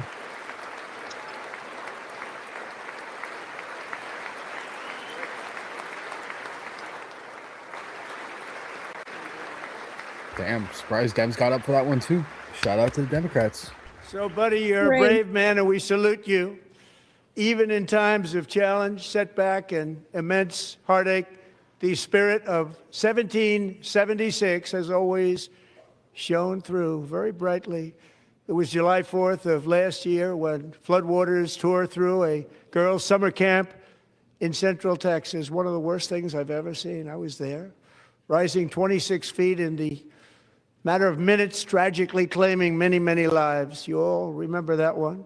As the waters threatened to sweep her away, 11-year-old Millie Kate McClelland closed her eyes and prayed to God.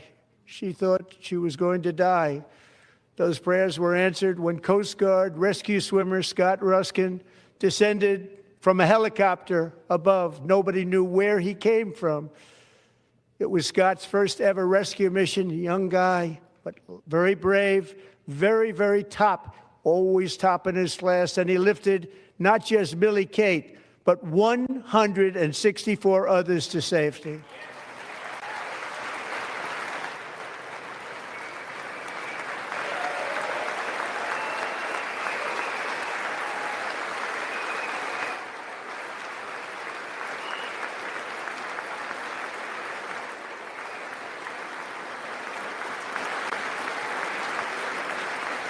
What are you talking about? No, it's not. You're talking about some little girl. The rescue swimmer who saved 100 girls at that flood last year in Texas. Oh, okay. Well, that's good. People watched Scott from a distance, and they couldn't believe what they were seeing. The winds were blowing, the rain was pouring, everything was going, and that rapid water, nobody's ever seen anything like it. They said, wow, that's something. Tonight, Scott and Millie Kate are here together, reunited for the very first time. Thank you, Scott, Millie Kate.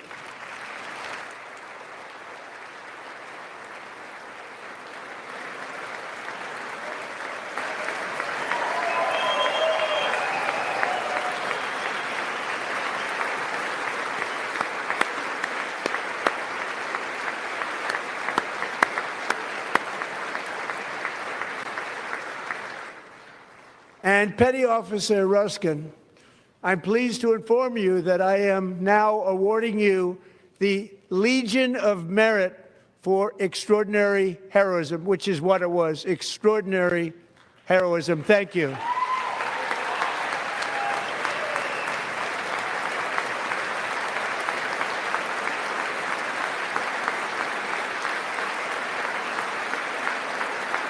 And I'd like to have the military aide to please come down and take care of the service. Military aide, thank you very much. Take care of that very important service. Thank you very much. From 1776 to today, every generation of Americans has stepped forward to defend life, liberty, and the pursuit of happiness. And they're really doing it for the next generation. But now it's our turn. Together, we're building a nation where every child has the chance to reach higher and go further, where government answers to the people, not the powerful, and where the interests of hardworking American citizens are always our first and ultimate concern. That is the debt we owe to the heroes who came before us, and that is the promise we must keep to America for our 250th year. Last year, I urged this Congress to begin the mission by passing the largest tax cuts in American history, and our Republican majorities delivered so beautifully. Thank you, Republicans. There's nothing in wages or have not increased, so there's absolutely nothing.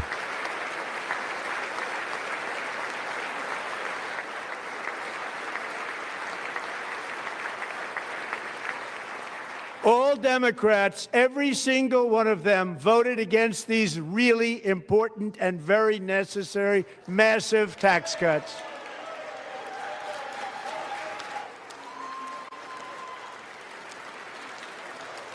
They wanted large-scale tax increases to hurt the people instead. But we held strong, and with the great, big, beautiful bill, we gave you no tax on tips, no tax on overtime, and no tax on Social Security for our great seniors.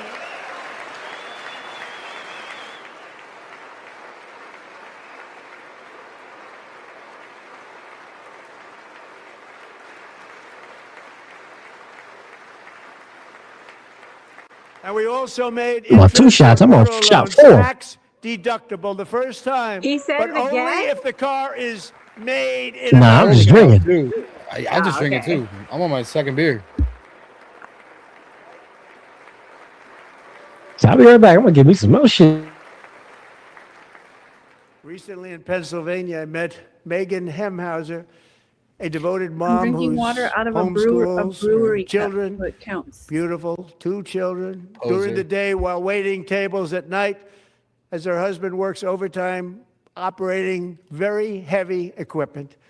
Megan is here this evening, and she's happy to tell you that she is so much richer because with no tax on tips, no tax on overtime, and our expanded child tax credit done again by Republicans, Megan and her husband will take home more than $5,000 extra just for the year, cutting her tax bill in more than half.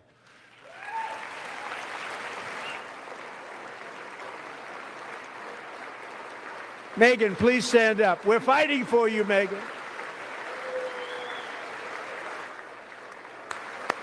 Thank you, Megan. Thank you, Megan. We're fighting for you, Megan. Under our bill, parents like Megan can also activate their children's brand new Trump accounts.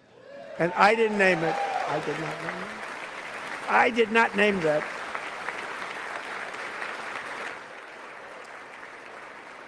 Nobody believes me, but I did not name it. It was named by a very tall man sitting right there in the third row.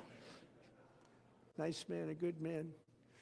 Tax-free investment accounts for every American child. This is something that's so special and has taken off and gone through the roof.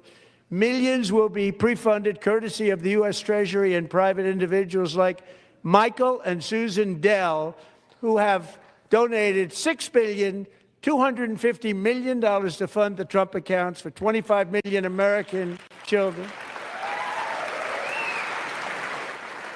They're great people.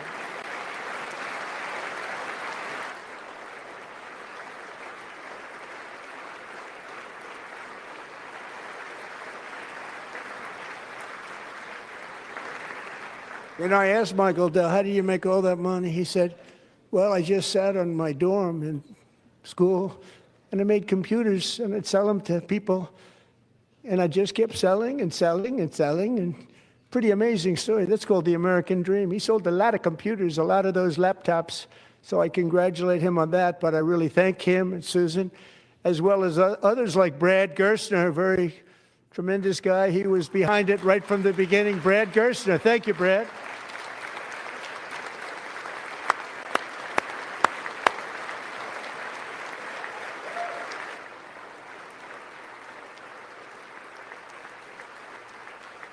So with modest additional contributions, these young people's accounts could grow to over $100,000 or more by the time they turn 18. Think of it. How much money is that for somebody that started with nothing? Over 100,000, could be much more than that.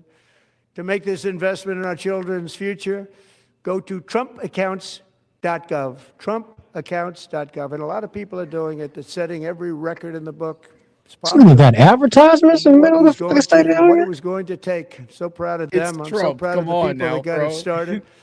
This nigga got live One of the ads. primary reasons for our there's country's not stunning one, I'm surprised. economic turnaround, the biggest in history, where the Dow Jones broke 50,000 4 years ahead of schedule, and the S&P hit 7,000, where it wasn't supposed to do it for many years, were tariffs. I used these tariffs, took in hundreds of billions of dollars to make great deals for our country, both economically and on a national security basis. Everything was working well. Countries that were ripping us off for decades are now paying us hundreds of billions of dollars. They were ripping us so badly, you all know that. Everybody knows it. Even the Democrats know it. They just don't want to say it. And yet these countries are now happy, and so are we. We made deals. The deals are all done. And they're happy. They're not making money like they used to, but we're making a lot of money. There was no inflation, tremendous growth.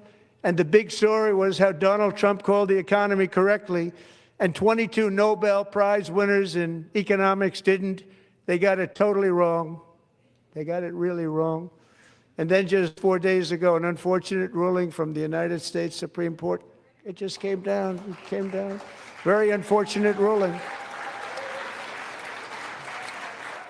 But the good news is that almost all countries and corporations want to keep the deal that they already made, right, Scott? Knowing that the legal power that I, as president, have to make a new deal could be far worse for them, and therefore they will continue to work along the same successful path that we had negotiated before the Supreme Court's unfortunate involvement. So despite the disappointing ruling, these powerful country saving, it's saving our country, the kind of money we're taking in, peace protecting. Many of the wars I settled was because of the threat of tariffs. I wouldn't have been able to settle them without.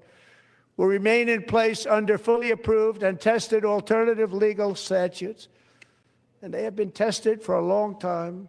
They're a little more complex, but they're actually probably better, leading to a solution that will be even stronger than before.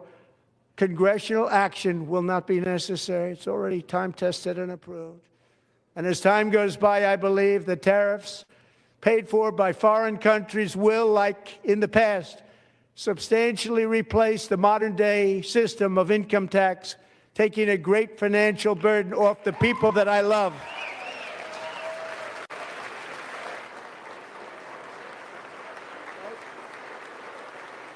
Right? Just get Pam Bondi out of there and I'll be happy. Moving forward, factories, Get that jobs, fucking Indian investment, out. and That's what we need. trillions Cash and Patel needs trillions to of go. dollars will continue pouring into the United States of America because we finally have a president who puts America first. I put America first. I love America.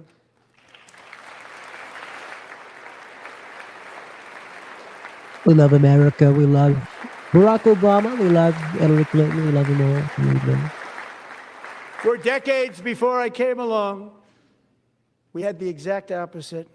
From trade to healthcare, from energy to immigration, everything was stolen and rigged in order to drain the wealth out of the productive, hardworking people who make our country great, who Guys, make our I know country what the run. sign said. I'll Under tell you later. Biden and his corrupt partners in Congress and beyond, it reached a breaking said point Biden. with the Green New Scam, open borders for everyone. Take a shot. They poured in by the Jesus. millions and millions from prisons, from mental institutions. They were murderers, 11,888 murders. They came into our country. You allowed that to happen.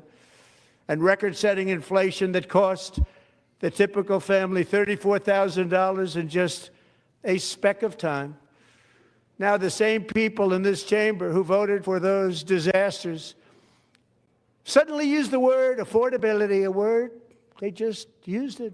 Somebody gave it to them, knowing full well that they caused and created the increased prices that all of our citizens had to endure. You caused that problem. You caused that problem. Al Green literally looks like a fucking ape. I'm just gonna be honest. He looks just like an ape. So it's funny he's got that sign. He looks just like an ape. No lie told. That's a Not to be fact. confused with Al Green. If like AOC had that, I'd be like, okay. They knew their all right, I can't statements were say a that. lie. They knew it. She They knew fine their as fuck. She statements were a dirty, rotten lie. don't Their think she policies created the high prices. say AOC Our bad. policies are rapidly AOC bad. ending them. We are doing You see them really college ass well. pics? Those I don't think prices she are is. plummeting Jasmine down. Crockett's pretty. Jasmine Crockett's very ugly beautiful. fuck. Jasmine Crockett is ugly as fuck.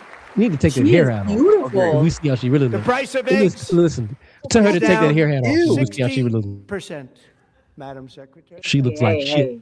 The cost of We She like like our shit votes. and shallow ass water. hotels, automobiles, rent is lower today than when I took office by a lot. And Jasmine even got that beef, ass, which though, was you know. very high, is starting to come down significantly. Just hold on a little while. We're getting it down. And soon you will see numbers that few people would think were possible to achieve just a short time ago. Nobody can believe when they see the kind of numbers, and especially energy, when they see energy going down to numbers like that, they cannot believe it. It's like another big tax cut. I'm also confronting one of the biggest ripoffs of our times, the crushing cost of health care caused by you. Since the passage of the Unaffordable Care Act, sometimes referred to as Obamacare, big insurance companies have gotten rich. It was meant for the insurance companies, Obama, not my for the other people. favorite gay person. With our government giving them hundreds and hundreds of billions Take of a shot. dollars That a counts. year, That as counts. their stock prices Hundreds soared and 1,000, hundreds of 1,200, billions of dollars. 1,500, and even 1,700%, like nothing else. That's why I introduced the great health care plan. I want to stop all payments to big insurance companies and instead give that money directly to the people so they can buy their own health care, which will be better break. health care at a much That's lower gay. cost. It's already passed the House. Kiss my That's ass. gay. That's so Already gay. passed the House. This is so That's Jewish not what and it's gay. gonna This do. is gay as fuck. Yeah, Read the this bill. is like that's an L. In addition, my plan requires maximum price transparency. That's a big deal. Sounds so simple, so big. And I did that in my first term, and the Democrats immediately terminated it with full knowledge that they were doing a very bad thing for the people. Costs were going to go way up, and that's what happened. And now I'm bringing them way down on health care and everything else. I'm also ending the wildly inflated cost of prescription drugs like has never happened before.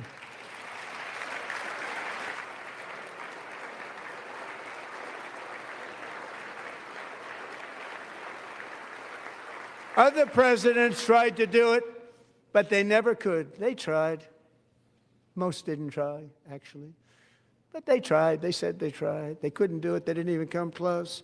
They were all talk and no action, but I got it done. Under my just enacted most favored nation agreements, Americans who have for decades paid by far the highest prices of any nation anywhere in the world for prescription drugs, will now pay the lowest price anywhere in the world for drugs. Anywhere. The lowest price. If that happens, I'll eat crow. It already has. I'll eat raw. I'll eat raw crow. No, it hasn't. I'll eat Yeah, it raw. has. So in my Where have first you year been? of the second term, should be my third term, but Somebody strange say things happen. Jasmine Crockett is brilliant. Are you I fucking took retarded? prescription drugs, That's a Eric. very He'll big say part it. of healthcare, Won't from the mind you. highest price No, in the he's entire extremely world low to IQ. the When she lowest. uses Bet you that that's a That's a boomer. big achievement. You think? The result He's a is resident price lefty. differences of 300, Gavin 400, Newsom is 500, the best 600% and governor more. of all time, as All well as available Kamala. Oh, right that's now sweet. at a It really new is. website called Honestly, I'd rather have Gavin Newsom than TrumpRx.gov, and I JD didn't name Vance. that All one right, we're either, gonna by vote the way. for Gavin for Gavin president. Newsom is royal That's really bloodline. He bad. can be president. I don't think JD Vance Yeah, is. Kamala isn't. I just don't want it. I don't Rubio want an told Indian And here first lady. tonight is the very So first customer ever to get Oh my that God. big I don't like discount, JD, and so it we is agree big. there, but Catherine Rayner. Gavin For over 5 JD. years, she and her husband have I'm struggled gonna with take Gavin. Yeah, infertility, Gavin's and based. they turned to IVF. Tulsi's cool. One With no drug has JD been Vance. Get costing him the fuck Catherine out. No Indian. No $4,000 Indian to first purchase. lady. But a few weeks ago, Smelling up she the logged fucking White House and onto shit the with curry TrumpRx and website shit. Fuck that. I'm and good. got that same drug that cost $4,000, got it for under $500. Elephant shit on the A first on reduction the of White much House first more, lawn. Fuck actually, that. We're than good. $3,500. Catherine, we are all praying for you, and you're going to be a great mom.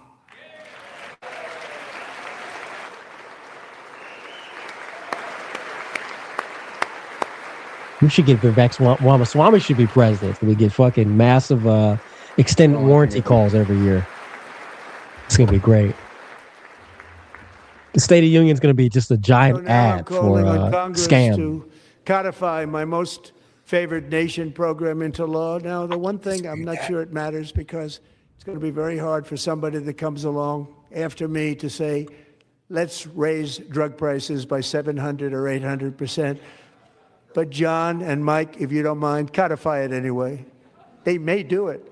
Codify it anyway. Thank you. Many Americans are also concerned that energy demand from AI data centers could unfairly drive up their electric utility bills. Tonight, I'm pleased to announce that I have negotiated the new Ratepayer Protection Pledge. You know what that is? We're telling the major tech companies that they have the obligation to provide for their own power needs. They can build their own power plants as part of their factory, so that no one's prices will go up. And in many cases, prices of electricity will go down for the community, and very substantially down. This is a unique strategy never used in this country before. We have an old grid. It could never handle the kind of numbers, the amount of electricity that's needed. So I'm telling them they can build their own plant. They're going to produce their own electricity.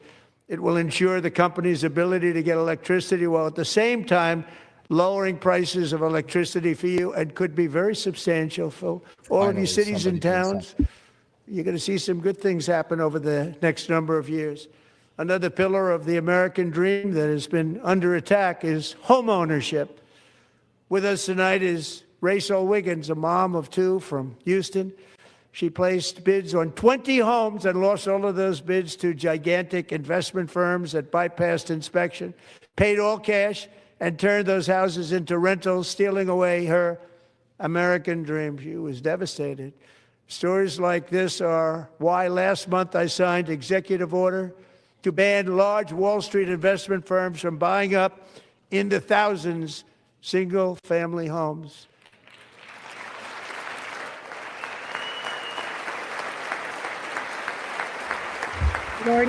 All the ones that are sitting get money from Black Dot.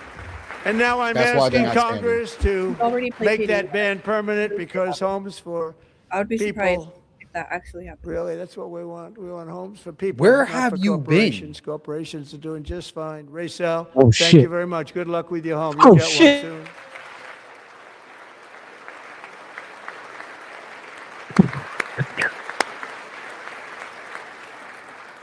We're also working to make it easier for Americans to save for retirement. And under this administration, we will always protect Social Security and Medicare. They are not protecting it. For our seniors, we will always protect Social Security, Medicare, Medicaid. Fucking boomers and their social security shit, dude. Need to get rid of Social Since I Security and took all office, entitlements. the typical 401k balance is up by at least $30,000. That's a lot of money. Get rid of it. Burn it to the Millions ground. and millions of people, because the Biggest stock scam market has ever. done so well, setting all those records. Your 401ks are way up. Yet half of all of working Americans still do not have access to a retirement plan. My God, with matching boomer talking. contributions Well, your from 401k's an up. employer. Your To Roth remedy IRA this is doing gross good. Your disparity, catheters I'm are doing announcing fantastic. that next year my administration will give these often forgotten American workers, great people, the people that built our country, The stock access of to the life same alert is type going of up. retirement plan offered to every federal worker. We will match your contribution with up to $1,000 each year, as we ensure that all Americans Farm can has made a profit from a comeback. rising stock market. Let's also ensure that members of Congress cannot drinking a Mike's corruptly Hard? profit from using insider information. And so what, nigga? You a fucking pussy. Hey, man, listen, man, I can't get too fucking. I still got shit to do tonight, you know. I got to take a little sip of something. You know, I got shit to do. You hitting on me, hating on the nigga shit. At another time. What you drinking? Mick Ultra and a fucking shots of Jack on the side. Oh, that's good. That's good. That's good. They stood I already up have 4 for shots that. in my I can't fucking. believe He had 4 shots. Come on, I can't now. believe it. He says he got stuff to do. I'm He got to still hit the Nancy road. Still gonna Pelosi clown running stand for up Mike's when Hard. she's Are you guys really drinking that? Doubt Yeah, it. I'm drinking Jamaican. Hell yeah, I've been sipping this from the Stop bottle. Insider Trading Act without delay. Since we talking shit, I'm gonna take another hit. This motherfucker.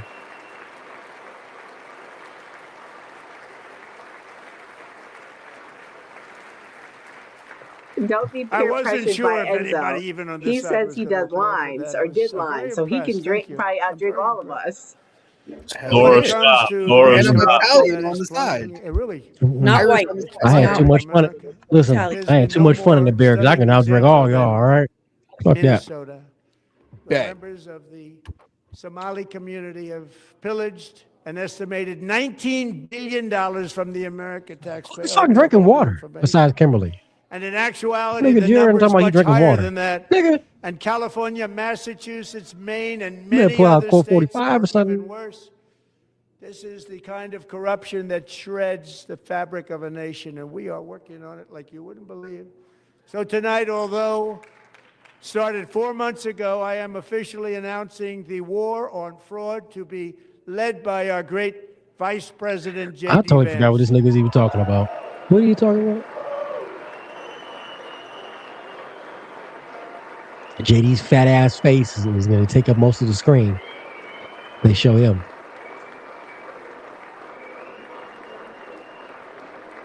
Mike Johnson honestly looks like a bitch. I honestly hate him being the He'll Speaker of get the it House. done. He just looks so fucking weak. Find enough of that fraud, we will actually have a balanced budget overnight. It'll go very quickly. That's the kind of money you're talking about. We'll balance our budget. The Somali pirates who ransacked Minnesota remind us that there are large parts of the world where corruption and lawlessness are the norm, not the exception. Importing these cultures through unrestricted immigration and open borders brings those problems right here to the USA.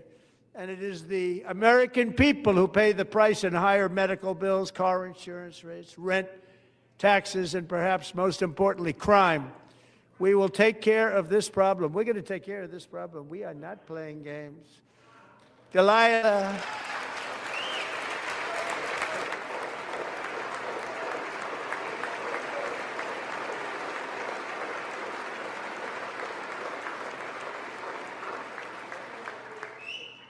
Delilah Coleman was only 5 years old in June 2024 when a 18-wheel tractor trailer plowed into her stopped car traveling at 60 miles an hour or more. The driver was an illegal alien let in by Joe Biden and given a commercial driver's license by open borders politicians in California. Doctors said Ray, I haven't Delilah seen you would take any never be shots. able to walk or talk, have a good life. Me? She wouldn't even be able to eat again. but against all odds, she is now You guys are in falling the first asleep. You grade said learning Biden. to walk. And she's here this evening with her dad, Marcus, a fantastic man. Delilah, please, you are a great inspiration. Please stand up.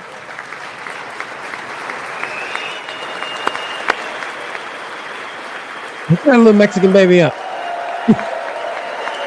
Little burrito. Naritos o los tacos, burritos, que sería tacos, burritos. She's pretty. Look at him up. She is. The sweetheart. Dad probably did check his papers.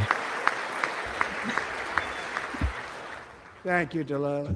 Hey, shit, Many, I'm if sorry. not most, illegal aliens do not No, speak I English actually- and I cannot love- read even the I love most that kind basic of road signs humor. as to direction, speed, said Biden, danger, or location. He did say That's why Biden. tonight I'm calling on Congress to pass what we will call the Delilah Law, barring any state from granting commercial driver's licenses to illegal aliens.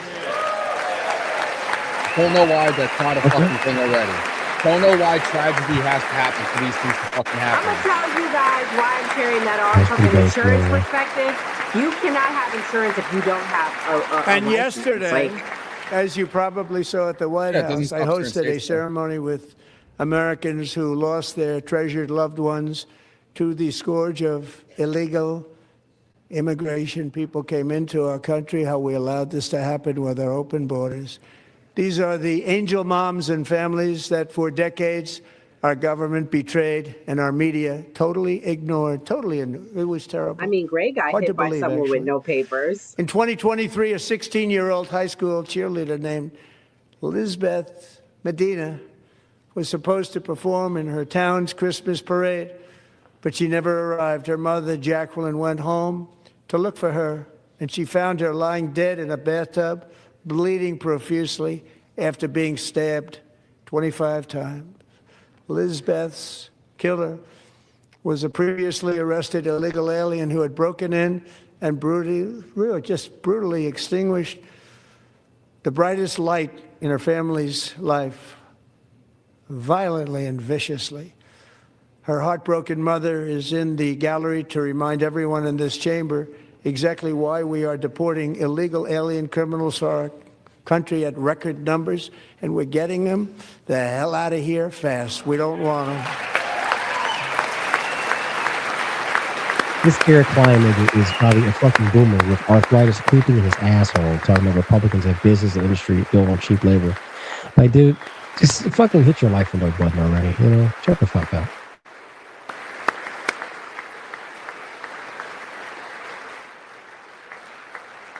Thank you very much, Jacqueline. Thank you. We can never forget that many in this room not only allowed the border invasion to happen before I got involved, but indeed they would do it all over again if they ever had the chance. If they ever got elected, they would open up those borders to some of the worst criminals anywhere in the world. The only thing standing between Americans and a wide open border right now is President Donald J. Trump and our great Republican patriots in Congress. Thank you. Thank you. Conservatives love illegal immigration. They love cheap labor. That is true. As we speak, Democrats in this chamber have cut off all funding for the Department of Homeland Security. It's all cut off. It's all cut off. They have instituted another Democrat shutdown, the first one costing us 2 points on GDP. 2 points we lost on GDP, which probably made them quite happy, actually. Now they have closed the agency responsible for protecting Americans from terrorists and murderers. Tonight I'm demanding the full and immediate restoration of all funding for the border security, homeland security of the United States, and also for helping people clean up their snow. We have no money because of the Democrats, and it would be nice. We'd love to give you a hand at cleaning it up, but you gave no money. Nobody's getting paid. It's a shame. So you have to think about it. We have, in case you didn't know, a pretty large snowstorm out there. One of the great things about the State of the Union is how it gives Americans the chance to see clearly what their representatives really believe. So tonight I'm inviting every legislator to join with my administration in reaffirming a fundamental principle. If you agree with this statement, then stand up and show your support. The first duty of the American government is to protect American citizens, not illegal aliens.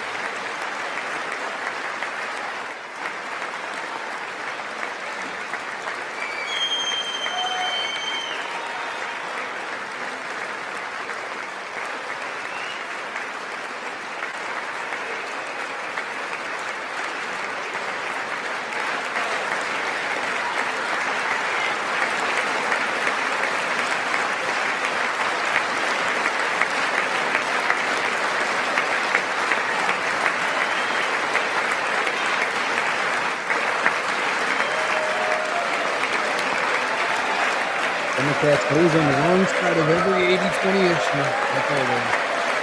Y'all thought by defunding DHS would stop ICE. That's the case. I don't understand why this is like the longest thing.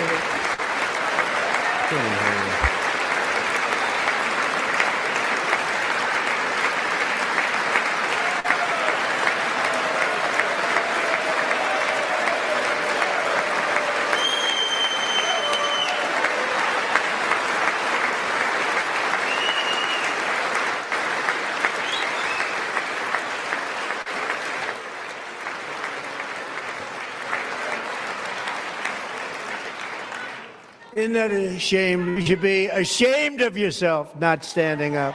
You should be ashamed of yourself. That is why I'm also asking you to end deadly sanctuary cities that protect the criminals and enact serious penalties for public officials who block the removal of criminal aliens. In many cases, drug lords, murderers all over our country, they're blocking the removal of these people out of our country. And you should Put be them on ashamed of blast. yourself. Base Trump going after the bitches. Put Base. them on fucking blast. Support sounds good, but will it lead to action? I feel like this is a taco Yes, it moment. will. Yes, it will. Comes to immigration, I guarantee it will. I put money on it right now. By the end of his term, that will be enacted. We barely deported. How many, Andre? What's the number? 3 million? And perhaps No, most no. importantly, That's not enough. I'm asking you That's to not enough. approve the It's Save like America 800,000 Act. actual deportations and then the self-deportations on top of it. He broke Obama's record for single-year deportations already with the actual deportations. To stop illegal I mean, it's still not aliens and enough. others who are unpermitted persons from voting in our sacred American elections. And The I'm not just cheating blaming is Trump. They're rampant in our stopping him. elections. Let me It's be clear. It's rampant. not just Trump. Yes. It's very simple. All voters must show voter ID. Yes, that's what we need. Where the poll tax thing at? We need to bring that back.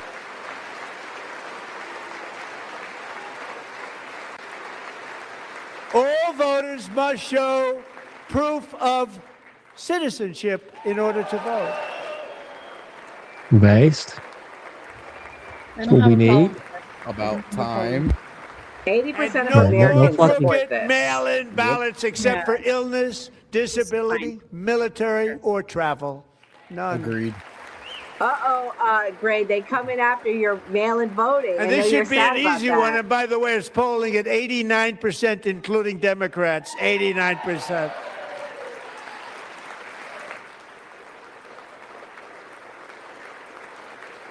Let's look at the generals. Look at the generals. Oh, And even the new communist the mayor best of New York brains. City, I think he's a nice guy, actually. Speak to him a lot. Bad policy, but nice guy. Just said they want people to shovel snow. They got hit hard. Want some dishovels? No, but This is fucking if hilarious you apply to me. for that job, you need to show 2 original forms of ID and a social security card. But not to fucking vote. Make it make fucking Yet they sense. don't want identification for the greatest privilege of them all, voting in America. No, it's no good. No good. Both Limit Republicans those who and can vote. That's the Democrats next thing. We should do that. overwhelmingly agree on the policy that Put more requirements on who can we vote and who just can't. enunciated. Have an IQ And test to vote, Congress and a should civics unite test. and That's enact what we this should do. common sense, 1000%. Oh, yeah. country-saving legislation right now, and We it should got to be go back before to the poll tax anything thing. I'm else sorry. We got to do it. happens. I think that was the mistake of the civil rights That's movement, getting rid of classic. that. I think we should go back to it. That's classic.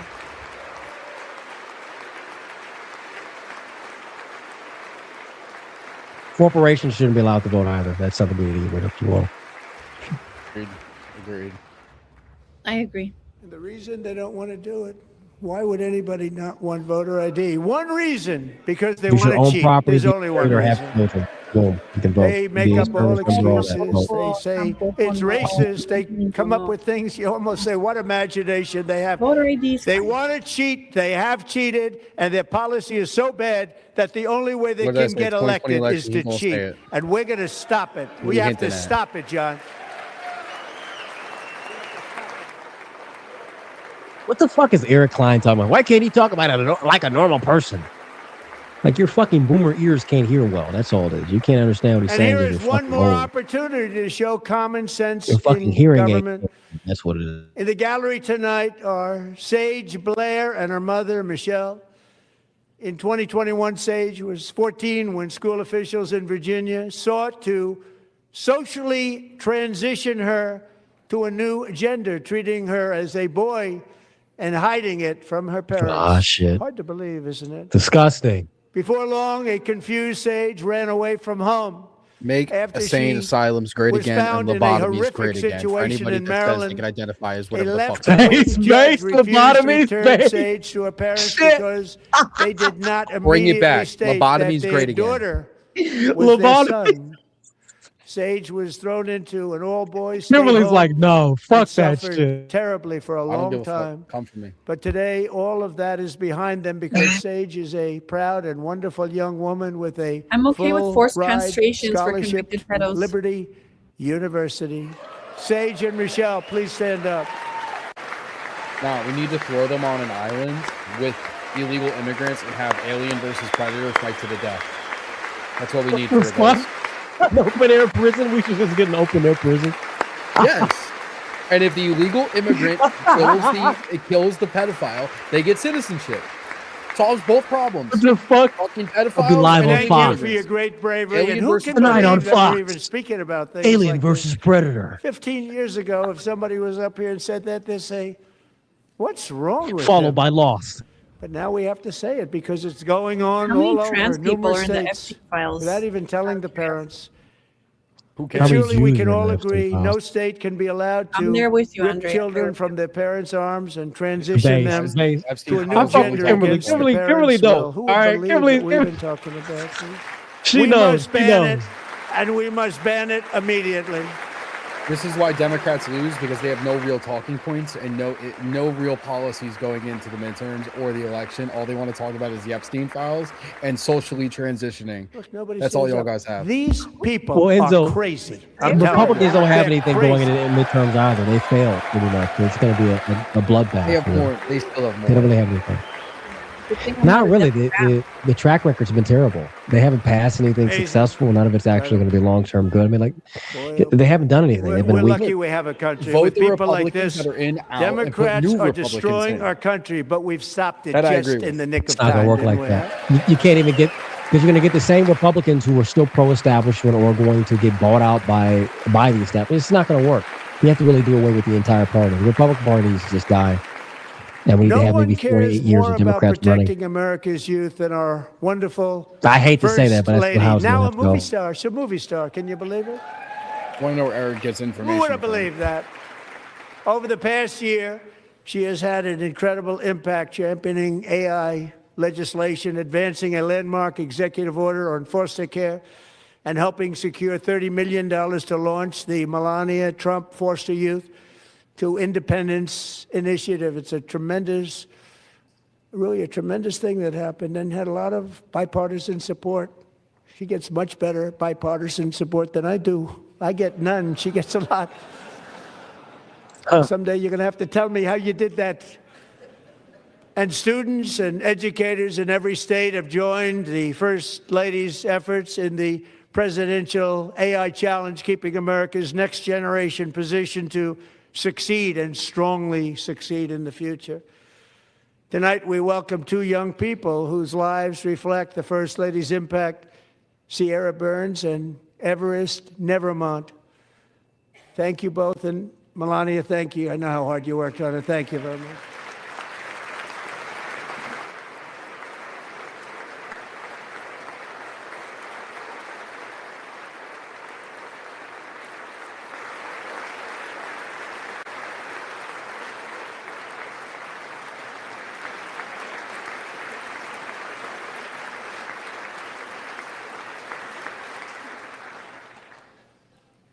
I'm very proud to say that during my time in office, both the first 4 years and in particular this last year, there has been a tremendous renewal in religion, faith, Christianity, and belief in God. Tremendous renewal. Also, Satanism, hedonism. Yeah, through all of them in the mental asylum too, believe in that. This is especially true among young people, and a big part of that had to do with my great friend, Charlie Kirk, a great guy, great man.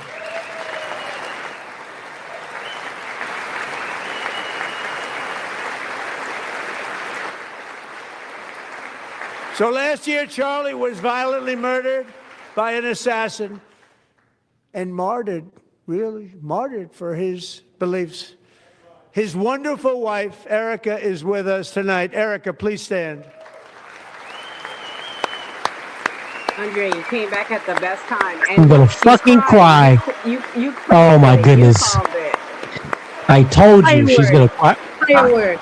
Fireworks. I have to go on a dead husband tour after this. Fucking goodness, dude. She should just be like all my children. She should be like, a children's hospital at this point. Been through a lot.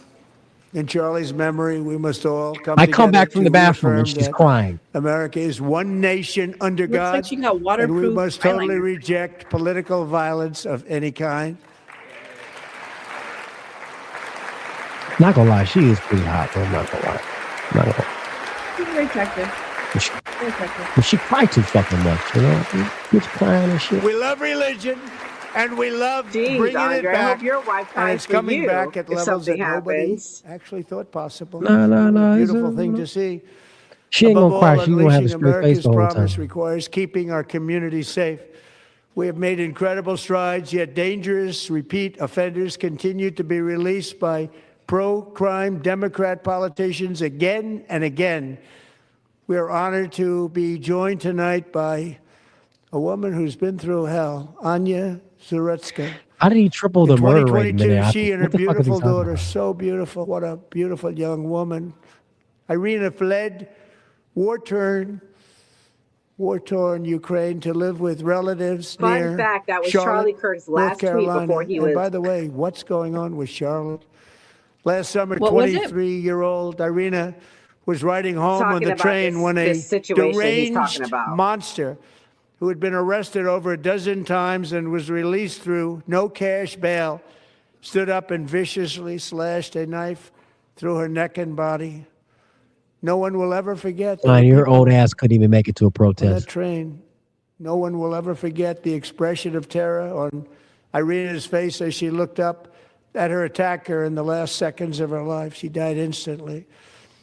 She had escaped a brutal war only to be slain by a hardened criminal set free to kill in America. Came in through open borders. Make that make Mrs. sense. Zaretska, tonight I She's promise safer you in we will Ukraine than the ensure United justice States. for your magnificent daughter, Irina.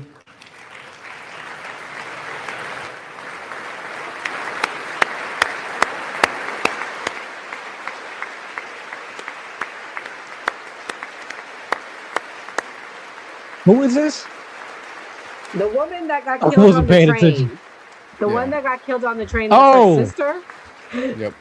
Oh wow. Yeah, and look, Wow. I don't know who's crying How do you more, not her, stand? Erica. I'm asking this Congress to pass tough legislation to ensure that violent and dangerous repeat offenders are put behind bars, and importantly, that they stay there. Base. Yeah, getting out of jail 13 times is fucking ridiculous. Violent criminals should not be given passage. The judges, as well as the prosecutors on those, they should all be charged for those deaths of those people. Charged, All death of penalty.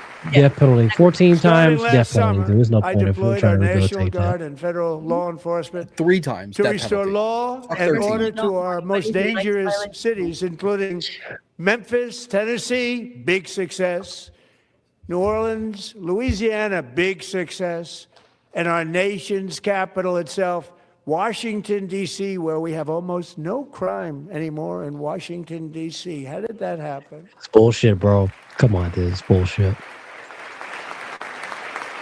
This nigga's posting fucking videos of them having shootouts in DC as of right now. I'm going to Instagram and find In this shit. fact, crime in Washington is now at the lowest level ever recorded, and murders in D.C. this January were down close to 100% from a year ago.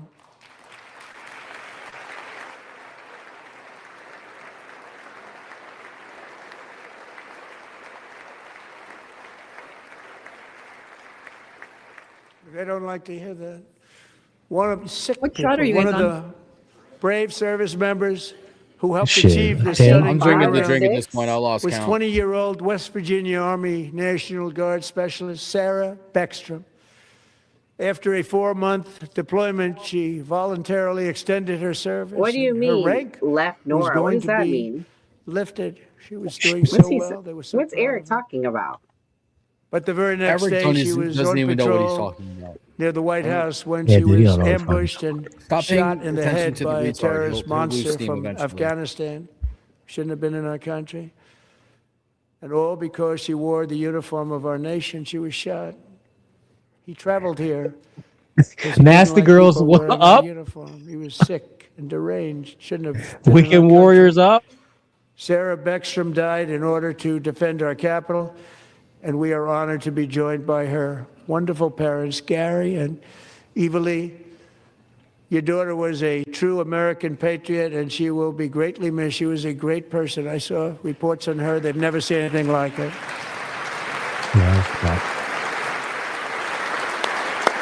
Jesus.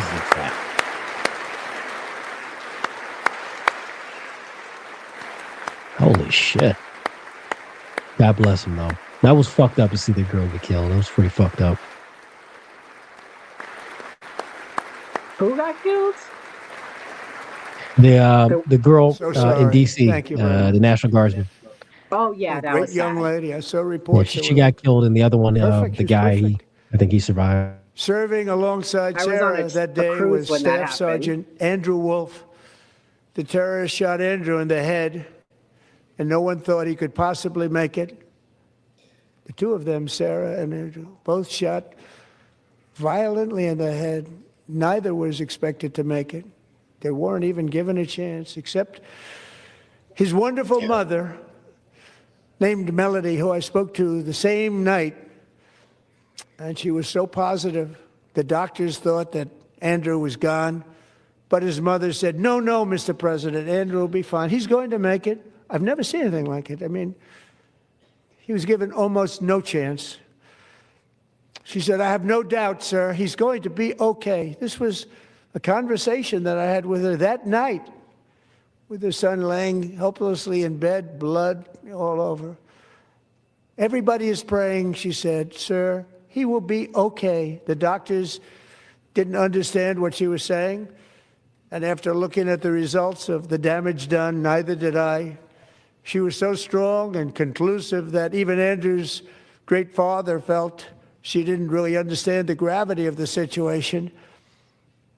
But she turned out to be right. Right, Melody? She turned out to be right.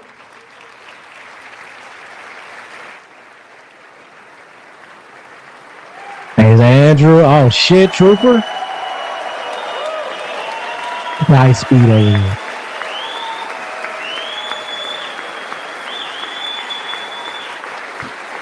That'd be a PT next in the 0600, bro.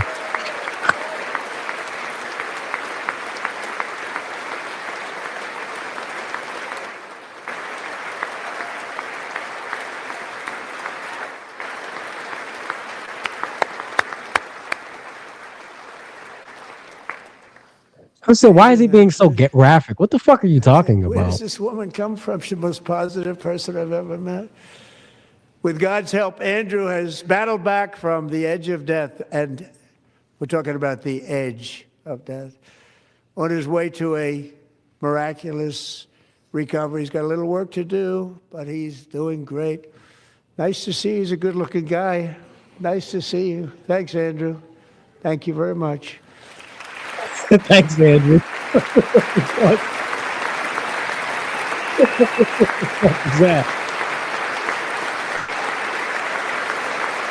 Hey, nice fit, man. He got a nice fit. I don't know why he's got that fucking hat on, but nice fit. So, Andrew, while you're up, now I'm going to ask a highly respected General James Seward to present Staff Sergeant Andrew Wolf and the great family of Sarah Beckstrom with the award created by our late, great President George Washington himself. It's called the Purple Heart. That's good. Oh, he got a promotion, too. That's nice. Good shit. National Guardsmen will never let this down. One of us got a Purple Heart.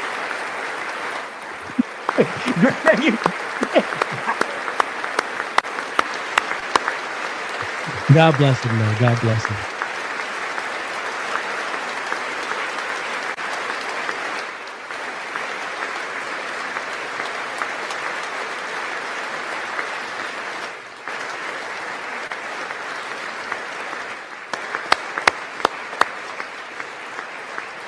Fun fact, the Democrats are doing their own State of the Union. It's called the People's State of the Union. We love and you all. Joy Reid is on. Love you. Oh my We're God. proudly Roy restoring Reid. safety what for the fuck? Americans at home, She's and still we relevant? are also restoring According to security She's still for bald? Americans abroad. Our country has never been stronger. In my That's first G.I. 10 Jane. months, Big I fucking ended 8 skull look like wars, Jupiter and shit. including Little shiny Cambodia. shit. That's how I felt Isn't about the it All funny? American Halftime Show. Sick people. Still better than Bad Bunny. Cambodia and Thailand. No. Pakistan true. and India Yeah. would have been a nuclear war. That Bad Bunny 35 shit was million gay as hell. people said That shit Yeah, was that a shit joke. was the disgusting. Prime Minister of Pakistan would have died if it were not for my involvement. Kosovo and Man, Serbia, he said to Pakistan. Hold on, what? Israel and Iran, Egypt and Pakistan, Ethiopia, India. Oh, there we go. Armenia and Azerbaijan, the Congo and Rwanda, and of course the war in Gaza, which proceeds at a very low level. It's just about there. And I want to thank Oh, okay. Yeah, Steve whatever. Woodcoff and Jared Kushner for your help. Thank you, Steve. Down Thank you. Gaza. Jared. You got talked down on it. I think this is your part now, Andre. We're about to go into it. Yeah, he mentioned Israel. Oy vey. There's Jared Kushner. Oy vey. And I also want to thank the man they report to, Did you say oy vey? Secretary of State Marco Rubio. Thank you, Marco. Little Marco. Narco Rubio with an N. Narco got 9 Rubio. jobs. Yes. Yes. I just said that to Nora and Neo. He literally trafficked drugs and exotic He's animals. such a pussy, dude.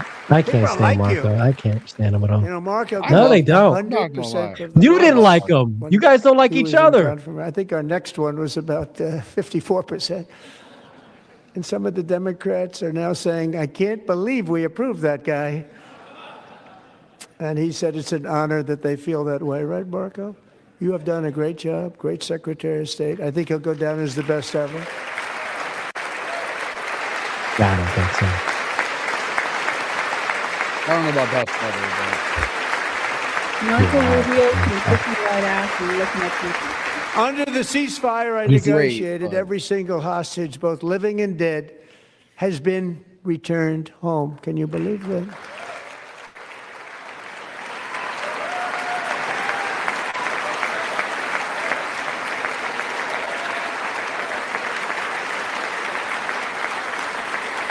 Nobody thought it was possible. Nobody thought that was possible.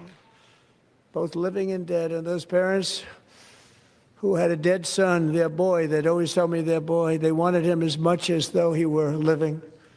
That was an amazing period of time. And they came back and when we got all of the living hostages back, and many, many before them, but I always said those last 20 are going to be very tough, but we got many, many more, hundreds.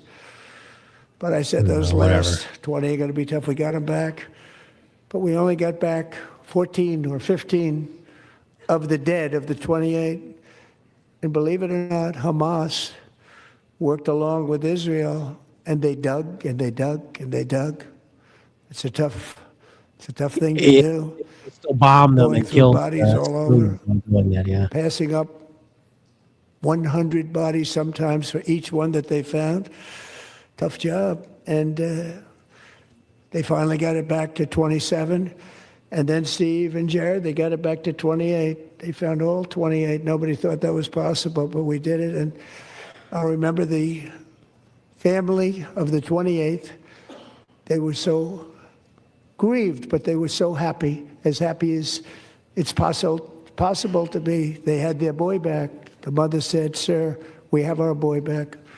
What a period of time that was, but we got them all back. So thank you both very much. Great job. Get the fuck out of here.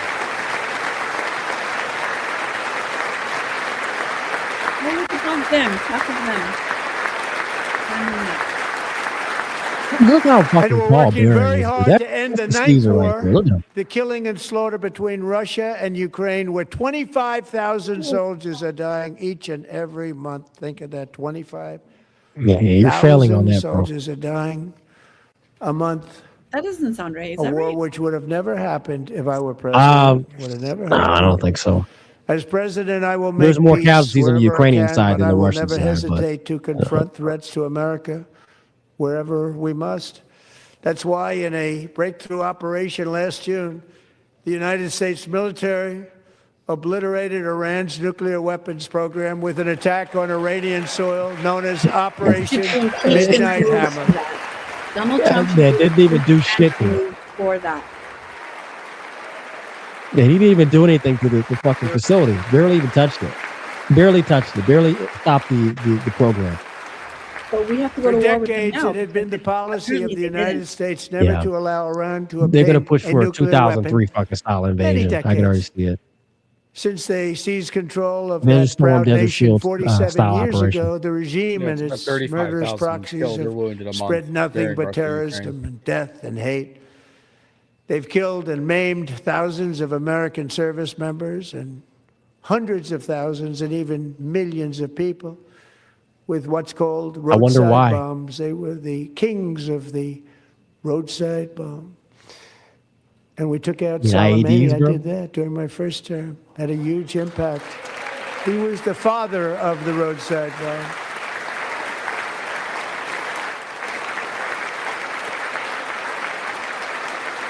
He wasn't the fucking father of roadside, bro. What are you talking about? And just Now over you've the lost last it. couple of months with the protests, they've killed at least, it looks like 32,000 protests. 32,000 protesters in their own What the country. fuck are we talking about? Now this is Shot bullshit. them and hung them. We stopped them from hanging a lot of them with the threat of serious violence. But this is some terrible people. They've already developed missiles that can threaten Europe and our bases overseas, and they're working to build missiles that will soon reach the United States of Here America. we go. After No, Midnight they Hammer, won't. they were warned to make no future attempts to rebuild their weapons program, and in particular, nuclear weapons. Yet they continue, starting it all over. We wiped it out, and they want to start all over again. And I are at feel like this we're about to get moment some big again news here. pursuing their sinister ambitions. We are Did in we wipe it out or negotiations not? with them. They want to make a deal, but we haven't heard those secret words. We I will think he's about to never say something big here. have a nuclear weapon. My preference,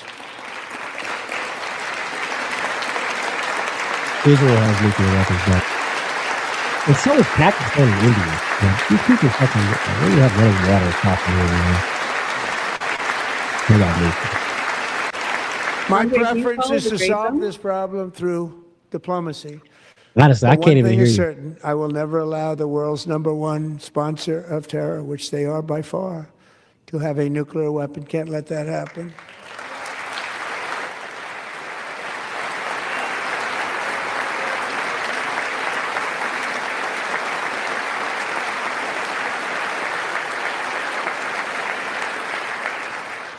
and no nation should ever doubt America's resolve.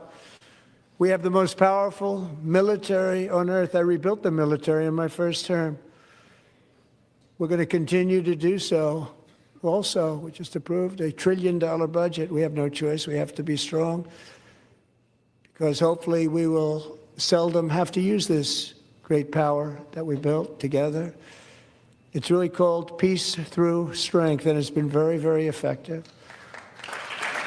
Great power. It hasn't really.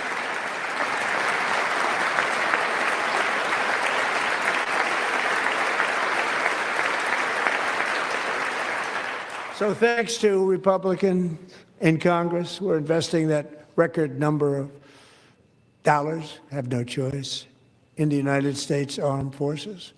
Also creating a lot of jobs, but we're not even doing it for that reason. Because as I said, we have more jobs, more people working today than ever before in the history of our country. And NATO countries are friends and allies. They are. They're our friends and they're our allies. Have just agreed at my very strong request to pay 5% of GDP for military defense rather than the 2%, which they weren't paying. We were paying for almost all of NATO. Now they're paying 5 as opposed to not paying 2.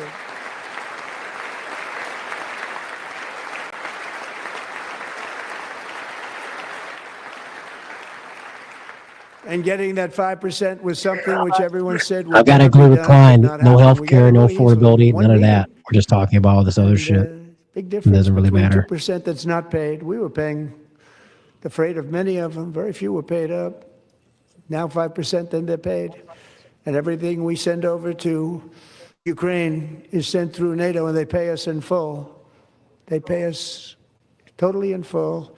Every branch of our armed forces is setting records for recruitment. This is so exciting. And every service member recently.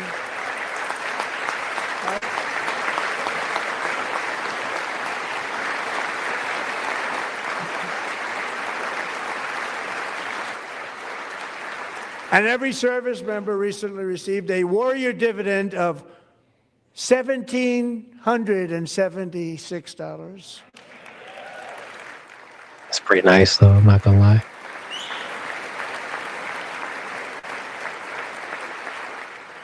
You know, they put it on my desk. We got the money from tariffs and other things, a lot of money we have. We have much more money than people understand. Have to rebuild that program a little bit, but it won't take long.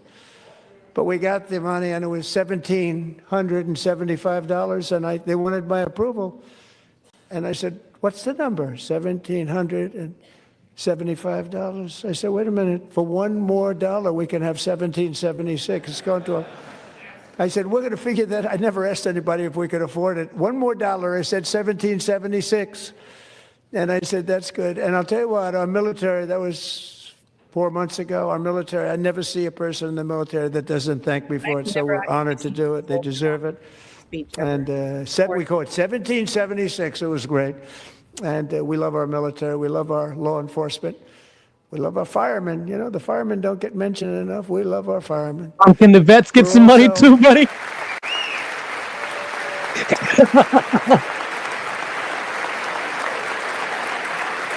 No more entitlements. Remember, y'all are entitlements. Oh, shit.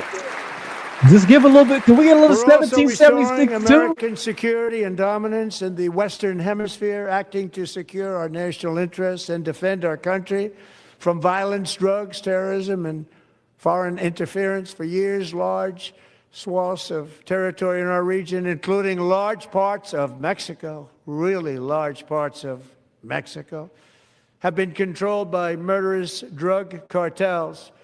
That's why I designated these cartels as foreign terrorist organizations, and I declared illicit fentanyl as a weapon of mass destruction.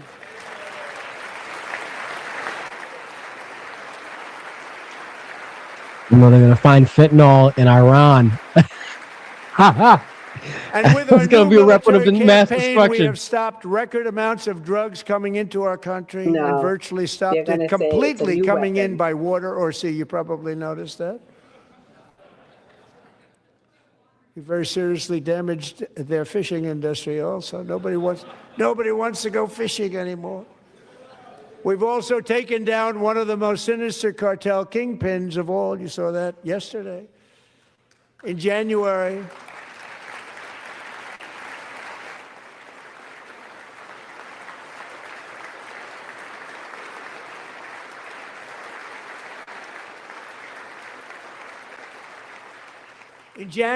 elite American warriors carried out one of the most complex, spectacular feats of military competence and power in world history. No one's seen anything like it. Foreign leaders, I won't tell you who, called me and they said, very impressive, very good. They couldn't believe, they all watched, they saw what happened. This is a different fighting force that we had years ago when we fought to tie. You know, it's a great fighting force. I'm so proud of it. Look at Space Force. Space Force is my baby, because we did that. My baby, it's becoming so important.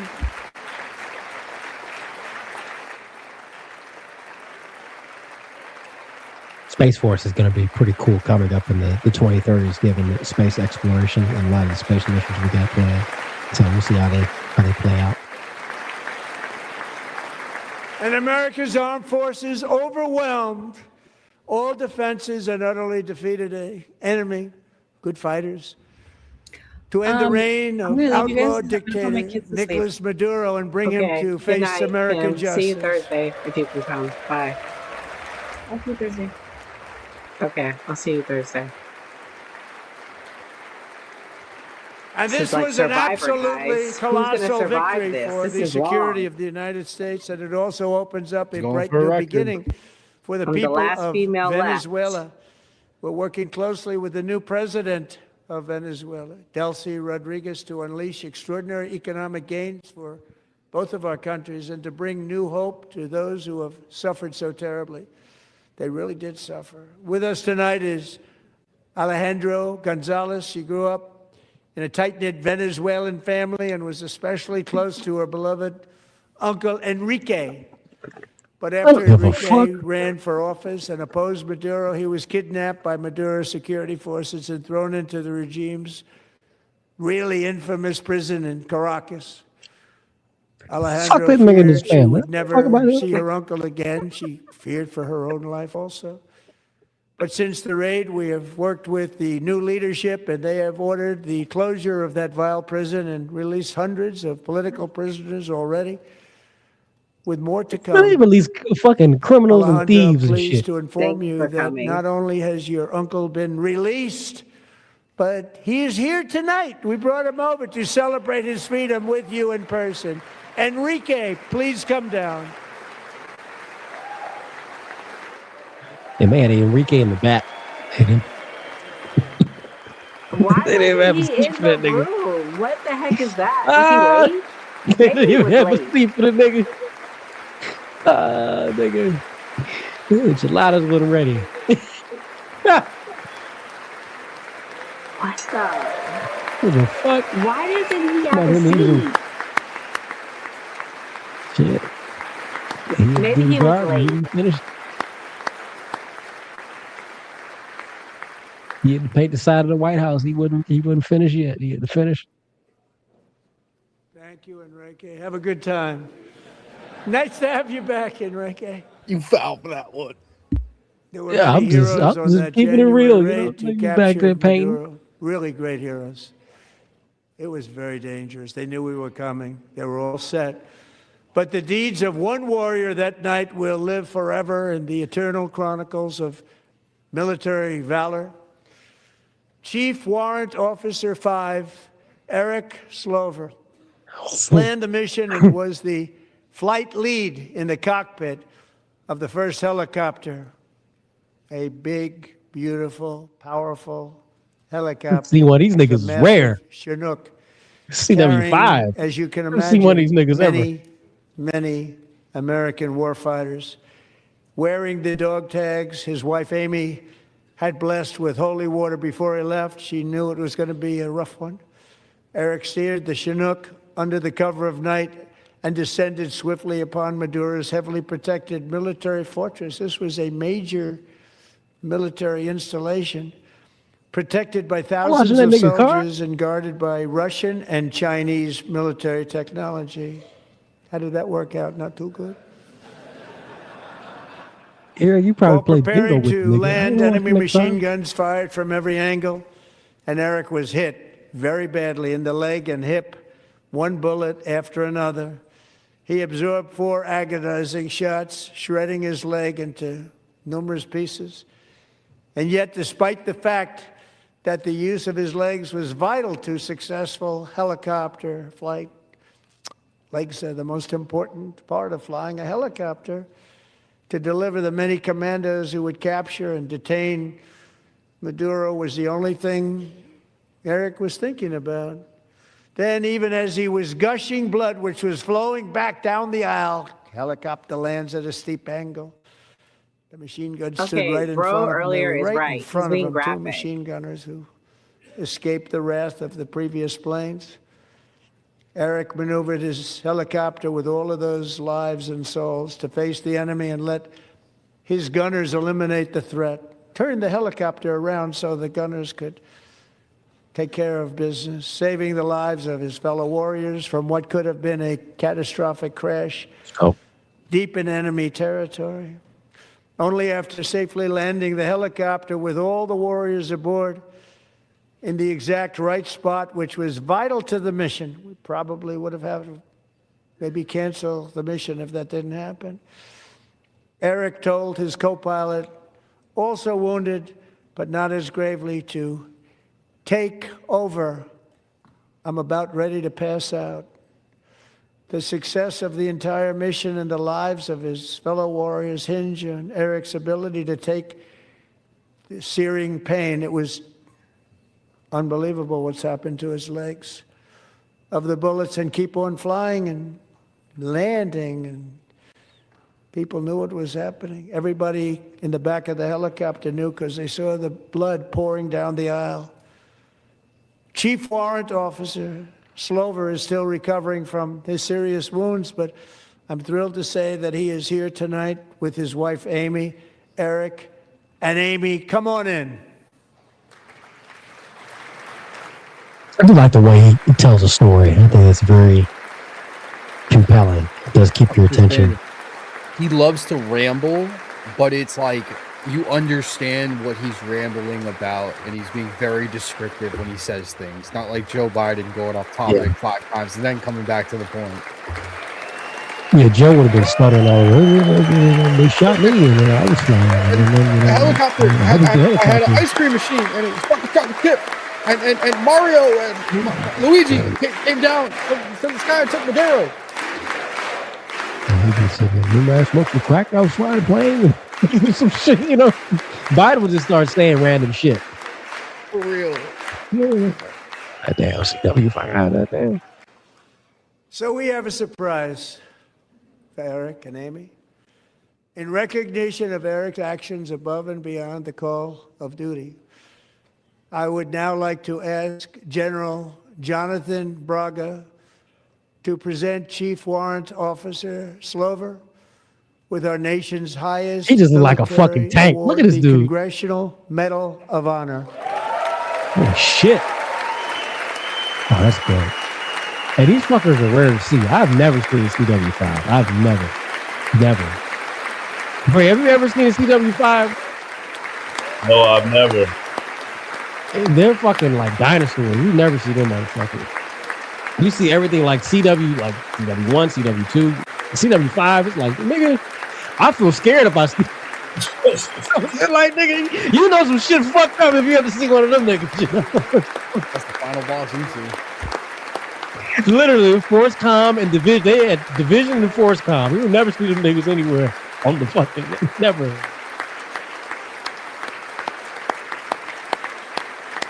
I definitely know my E4 ass would be scared. I see them. Fuck.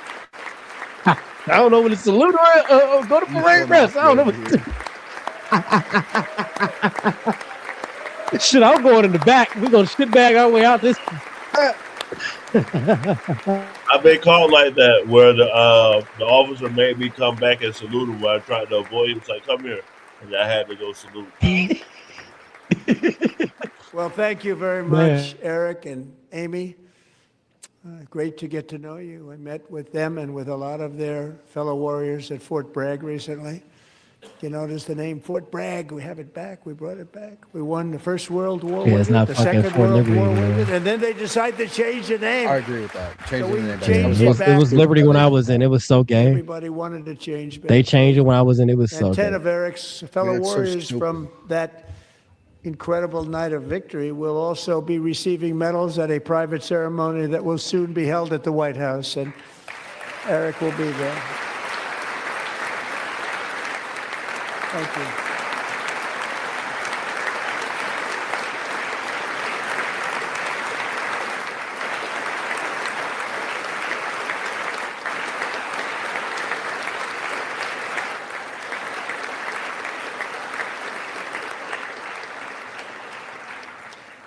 Thank you, Eric.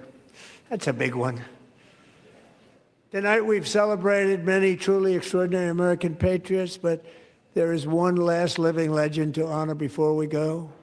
He is one more heroic American aviator, Navy fighter pilot. Royce Williams served in World War II, Korea, Vietnam, flying more than 220 missions. In the skies over Korea in 1952, Royce was in the dogfight of a lifetime, legendary dogfight. Flying through blizzard conditions, his squadron was ambushed by 7 Soviet fighter planes. It was his first aerial combat of the war, and despite being massively outnumbered and outgunned, Royce led the takedown of 4 enemy jets and almost destroyed the others, vanquishing his adversaries while taking 263 bullets to his own plane and being seriously hurt. His story was secret for over 50 years. He didn't even want to tell his wife, but the legend grew and grew. But tonight, at 100 years old, this brave Navy captain is finally getting the recognition he deserves. He was a legend long before this evening. Royce, please stand up, and I will ask the First Lady of the United States to present Captain Royce Williams with his Congressional Medal of Honor.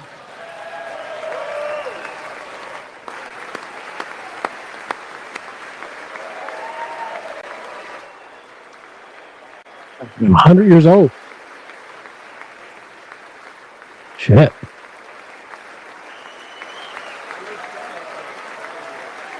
That's awesome. Yeah. He fucking lies as he's spilling. He's talking about like veterans and shit. He's talking about fact checkers. Fact check what?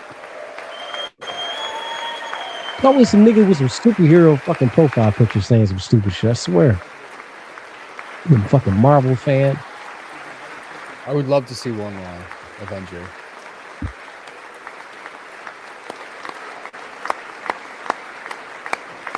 Just turned into an award. Oh, niggas.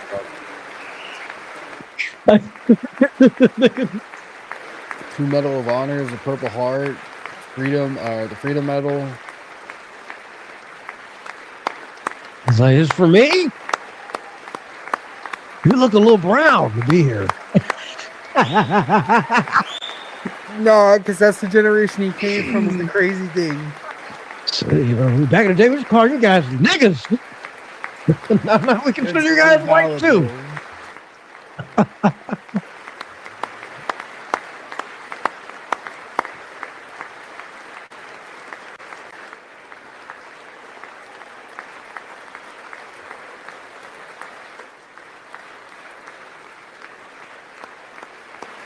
Shit, Melania, where's she from? Slovenia? Shit, he probably shot one of her cousins or some shit, you know?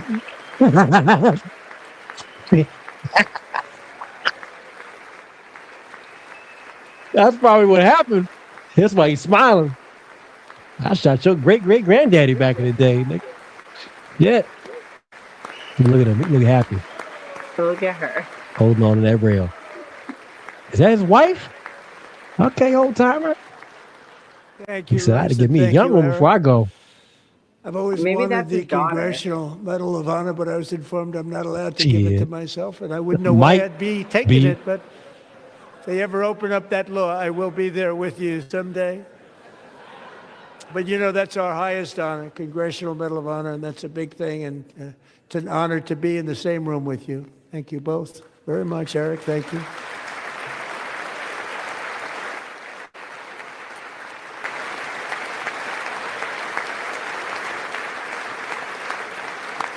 Where the fuck is Ivanka at? That's what I want to know. I haven't seen her forever.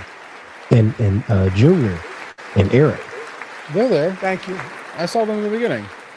250 years is a long time in the life of a Barron. nation. But in another sense, it's really a mere moment in the eye of history. Two of the gentlemen we met in the gallery this evening took their first breaths 1 century ago, 100 years before that, on July I'm the next one to 4th, go. 1826, the author of the Declaration I'll go of one. Independence, brilliant, Thomas Jefferson, drew his last breath. We could start Just benching the a Dems single now, guys. long human lifespan separates the giants who Right. I don't got to declared worry about people's and feelings. won our independence from the heroes who stand among us tonight. Everything our nation has done, everything we have achieved, has been the work of those few great lifetimes. In those brief chapters, Americans built this nation from 13 humble colonies into the pinnacle of human civilization and human freedom, the strongest, wealthiest, most powerful, most successful nation in all of history. Americans ventured out across the daunting and dangerous continent. We carved paths through an unforgiving wilderness, settled a boundless frontier, and tamed the beautiful but very, very dangerous Wild West. From empty marshes and wide open plains, we raised up the world's greatest cities. Together, we mastered the world's mightiest industries and shattered history's monstrous tyrannies. And we liberated millions from the chains of fascism, communism, oppression, and terror. Americans lifted humanity into the skies on the wings of aluminum and steel. And then we launched mankind into the stars on rockets powered by sheer American will and unyielding American pride. We wired the globe with our ingenuity. We captivated the planet with American culture. And now we are pioneering the next great American breakthroughs that will change the entire world. All of this and so much more is the enduring legacy, unmatched glory of the hardworking patriots who built and defended this country and who still carry the hopes and freedoms on all of humanity's backs. For years they were forgotten, betrayed, and cast aside. But that great betrayal is over, and they will never be forgotten again. Because when the world needs courage, daring, vision, and inspiration, it is still turning to America. And when God needs a nation to work his miracles, he knows exactly who to ask.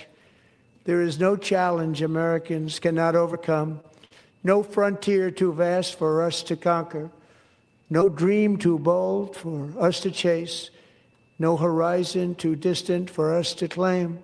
For our destiny is written by the hand of providence, and these first 250 years were just the beginning.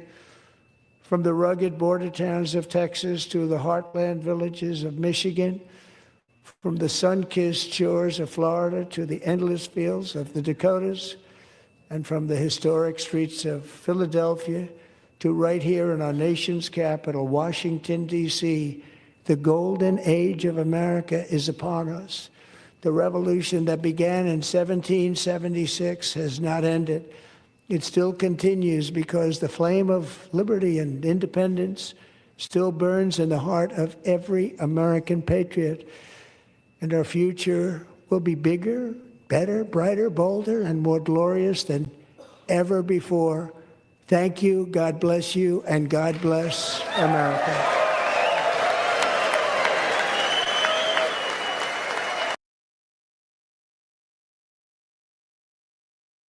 You're muted.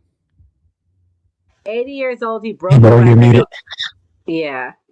Can you guys hear me now? Sorry. 80 years We old, hear he you. broke the record. The only other person to go that long was 53 years old, Bill Clinton. Jesus And Bill Christ. Clinton can fucking talk too. Another fun fact: this has been the largest protest of Democrats since the eve of the Civil War. So that's something that's crazy too. Yeah, you haven't seen that many Democrats walk out of a State of the Union since the Civil War. So record numbers, and I get those numbers up. But Holy DeAndre, shit! or Andre, the party switch. Remember? I don't even believe the party switch. I just think that the powers that No, I be know. had different interests. That's it. You know, I don't believe in the party switch shit. I don't either. I never call that did. bullshit out all the time. Yeah. I That think was a that just, lot. the interests changed. That was a lot. That was okay. I was expecting something on the Iran discussion, but we didn't get anything. So it is what it is. I was I'm expecting like surprised by big that breaking too. news, but yeah, Chuck Schumer did say because Rubio did brief the Gang of Eight today, and it does seem like something serious is coming. But he wasn't going to announce. This would be the time when he should have announced it to the American people to brief us on what is going to happen. So I think that's an L for him. If something does come out the next week or so, I think we're probably on the precipice of something happening. This would have been a time for him to really speak to the American people and make that case for why we need to do it. So yeah.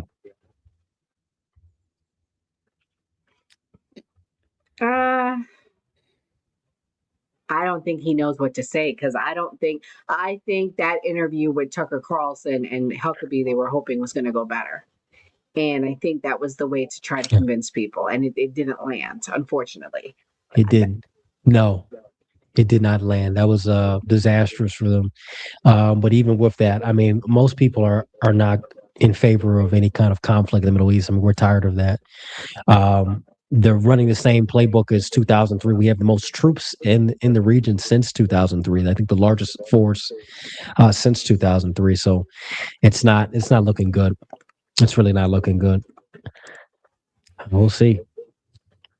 Yeah. We'll see. Well, this was a lot, guys. We're going to do closing thoughts. Andre, what's your closing thoughts? Good very historic State of the Union. Very high energy from the president. It was good to see him out and speaking. Like I said, what's on the horizon politically, geopolitically, internationally, that's something we really have to focus on.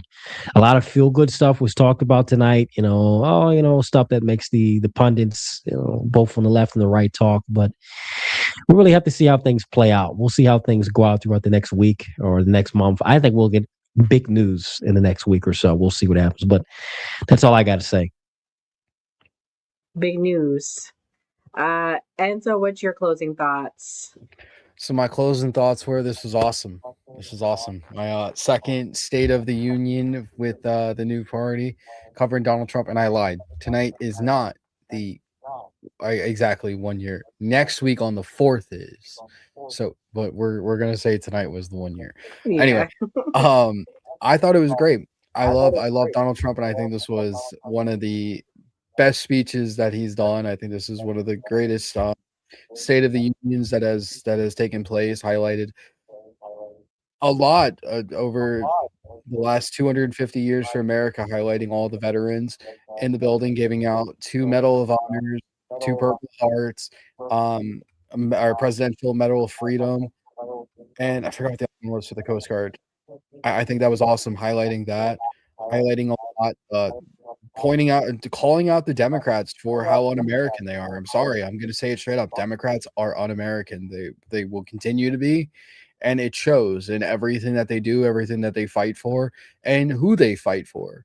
I really wish more people will wake up to the Democratic Party and we can just abolish the Democratic Party altogether and have a new party that comes out of the ashes of the Democratic Party that actually stands for the American people. I'm not saying the Republican Party is perfect either.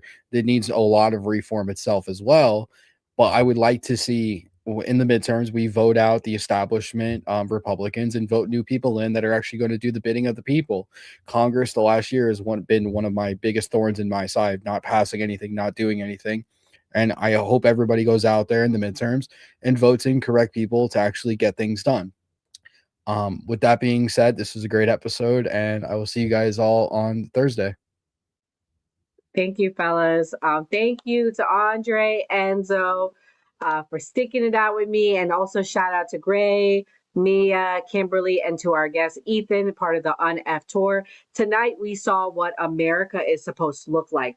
We all don't agree. We all literally have different opinions on everything, but we all sat here tonight and respectfully had a conversation and we showed up. Tonight's State of the Union from President Trump was more than just a policy speech. It was a moment meant to represent the unity and seriousness of our republic. It was very disappointing to see how many Democrats chose not to attend or chose not to engage in the process. That's why I have my traitors jokes, guys. I do believe we literally are surrounded by traitors, okay? We are surrounded by people that don't love this country. If you're sitting there and you're voted in by the will of the people and you couldn't show up for the President's State of the Union, you need to get your ass fucking fired. I'm sorry. It's that simple. You should have been there. That you had one job to support the President of the United States. You don't have to agree with him, but you are a voted elected representative. And in democracy, showing up matters. Even when we disagree, especially when we disagree, our leaders have a responsibility to be present, to listen, and to represent the people who elected them. Whether you got voted in by Republicans, you represent Republicans in your district. You should have showed up tonight. Respect for institutions shouldn't be partisan. The State of the Union isn't about one party or one president. It's about our country. And to Enzo's point, the Civil War, like, are we heading down that path? That was the last time this amount of people didn't show up. So I'm disgusted by the Democrats tonight. I'm sorry, I am. Not Democrats in general, but the Democrat officials that didn't show up. Shame on you. Shame, shame, shame. God bless, good night, and everyone stay safe. Before we wrap, I want to take a quick moment to talk about how you can support the new party. We are an independent media platform. No corporate backers, no political handlers, just a collection of voices representing all American viewpoints, especially the stories they don't want you talking about. I'm disgusted with our government, and it doesn't matter which party you're talking about. I'm disgusted. We are watching an active genocide. I don't know how else to put it. There are thousands of people getting killed every day. This is the first time in history that an American cardinal has ever been elevated to Pope. It is legitimately make America great again. Yes. Like, they're fighting for illegal immigrants, not immigrants. Illegal. Like, and they burning the flag and shit. Like I always say, it was a great episode. I'm happy with the wins that Donald Trump's. Like you heard Nora Skeptic say, we're going to keep bringing like different types of content and things that we know people want to see. And like we always say on the new party, always vote. If you believe Americans can still have civil discourse, even in these polarizing times, we need your help to stay independent and keep growing. You can support us by donating to our GoFundMe page, becoming a channel member, sending a super chat, or grabbing merch from the New Party store. Every donation goes directly toward growing the channel promotion and our upcoming documentary. And as a thank you, donors will receive an exclusive copy of the documentary 1 week before it premieres. Who is the New Party? We're you, your voice, your stories, your America. We can only do this together. So if you're able, please donate and help us get the message out.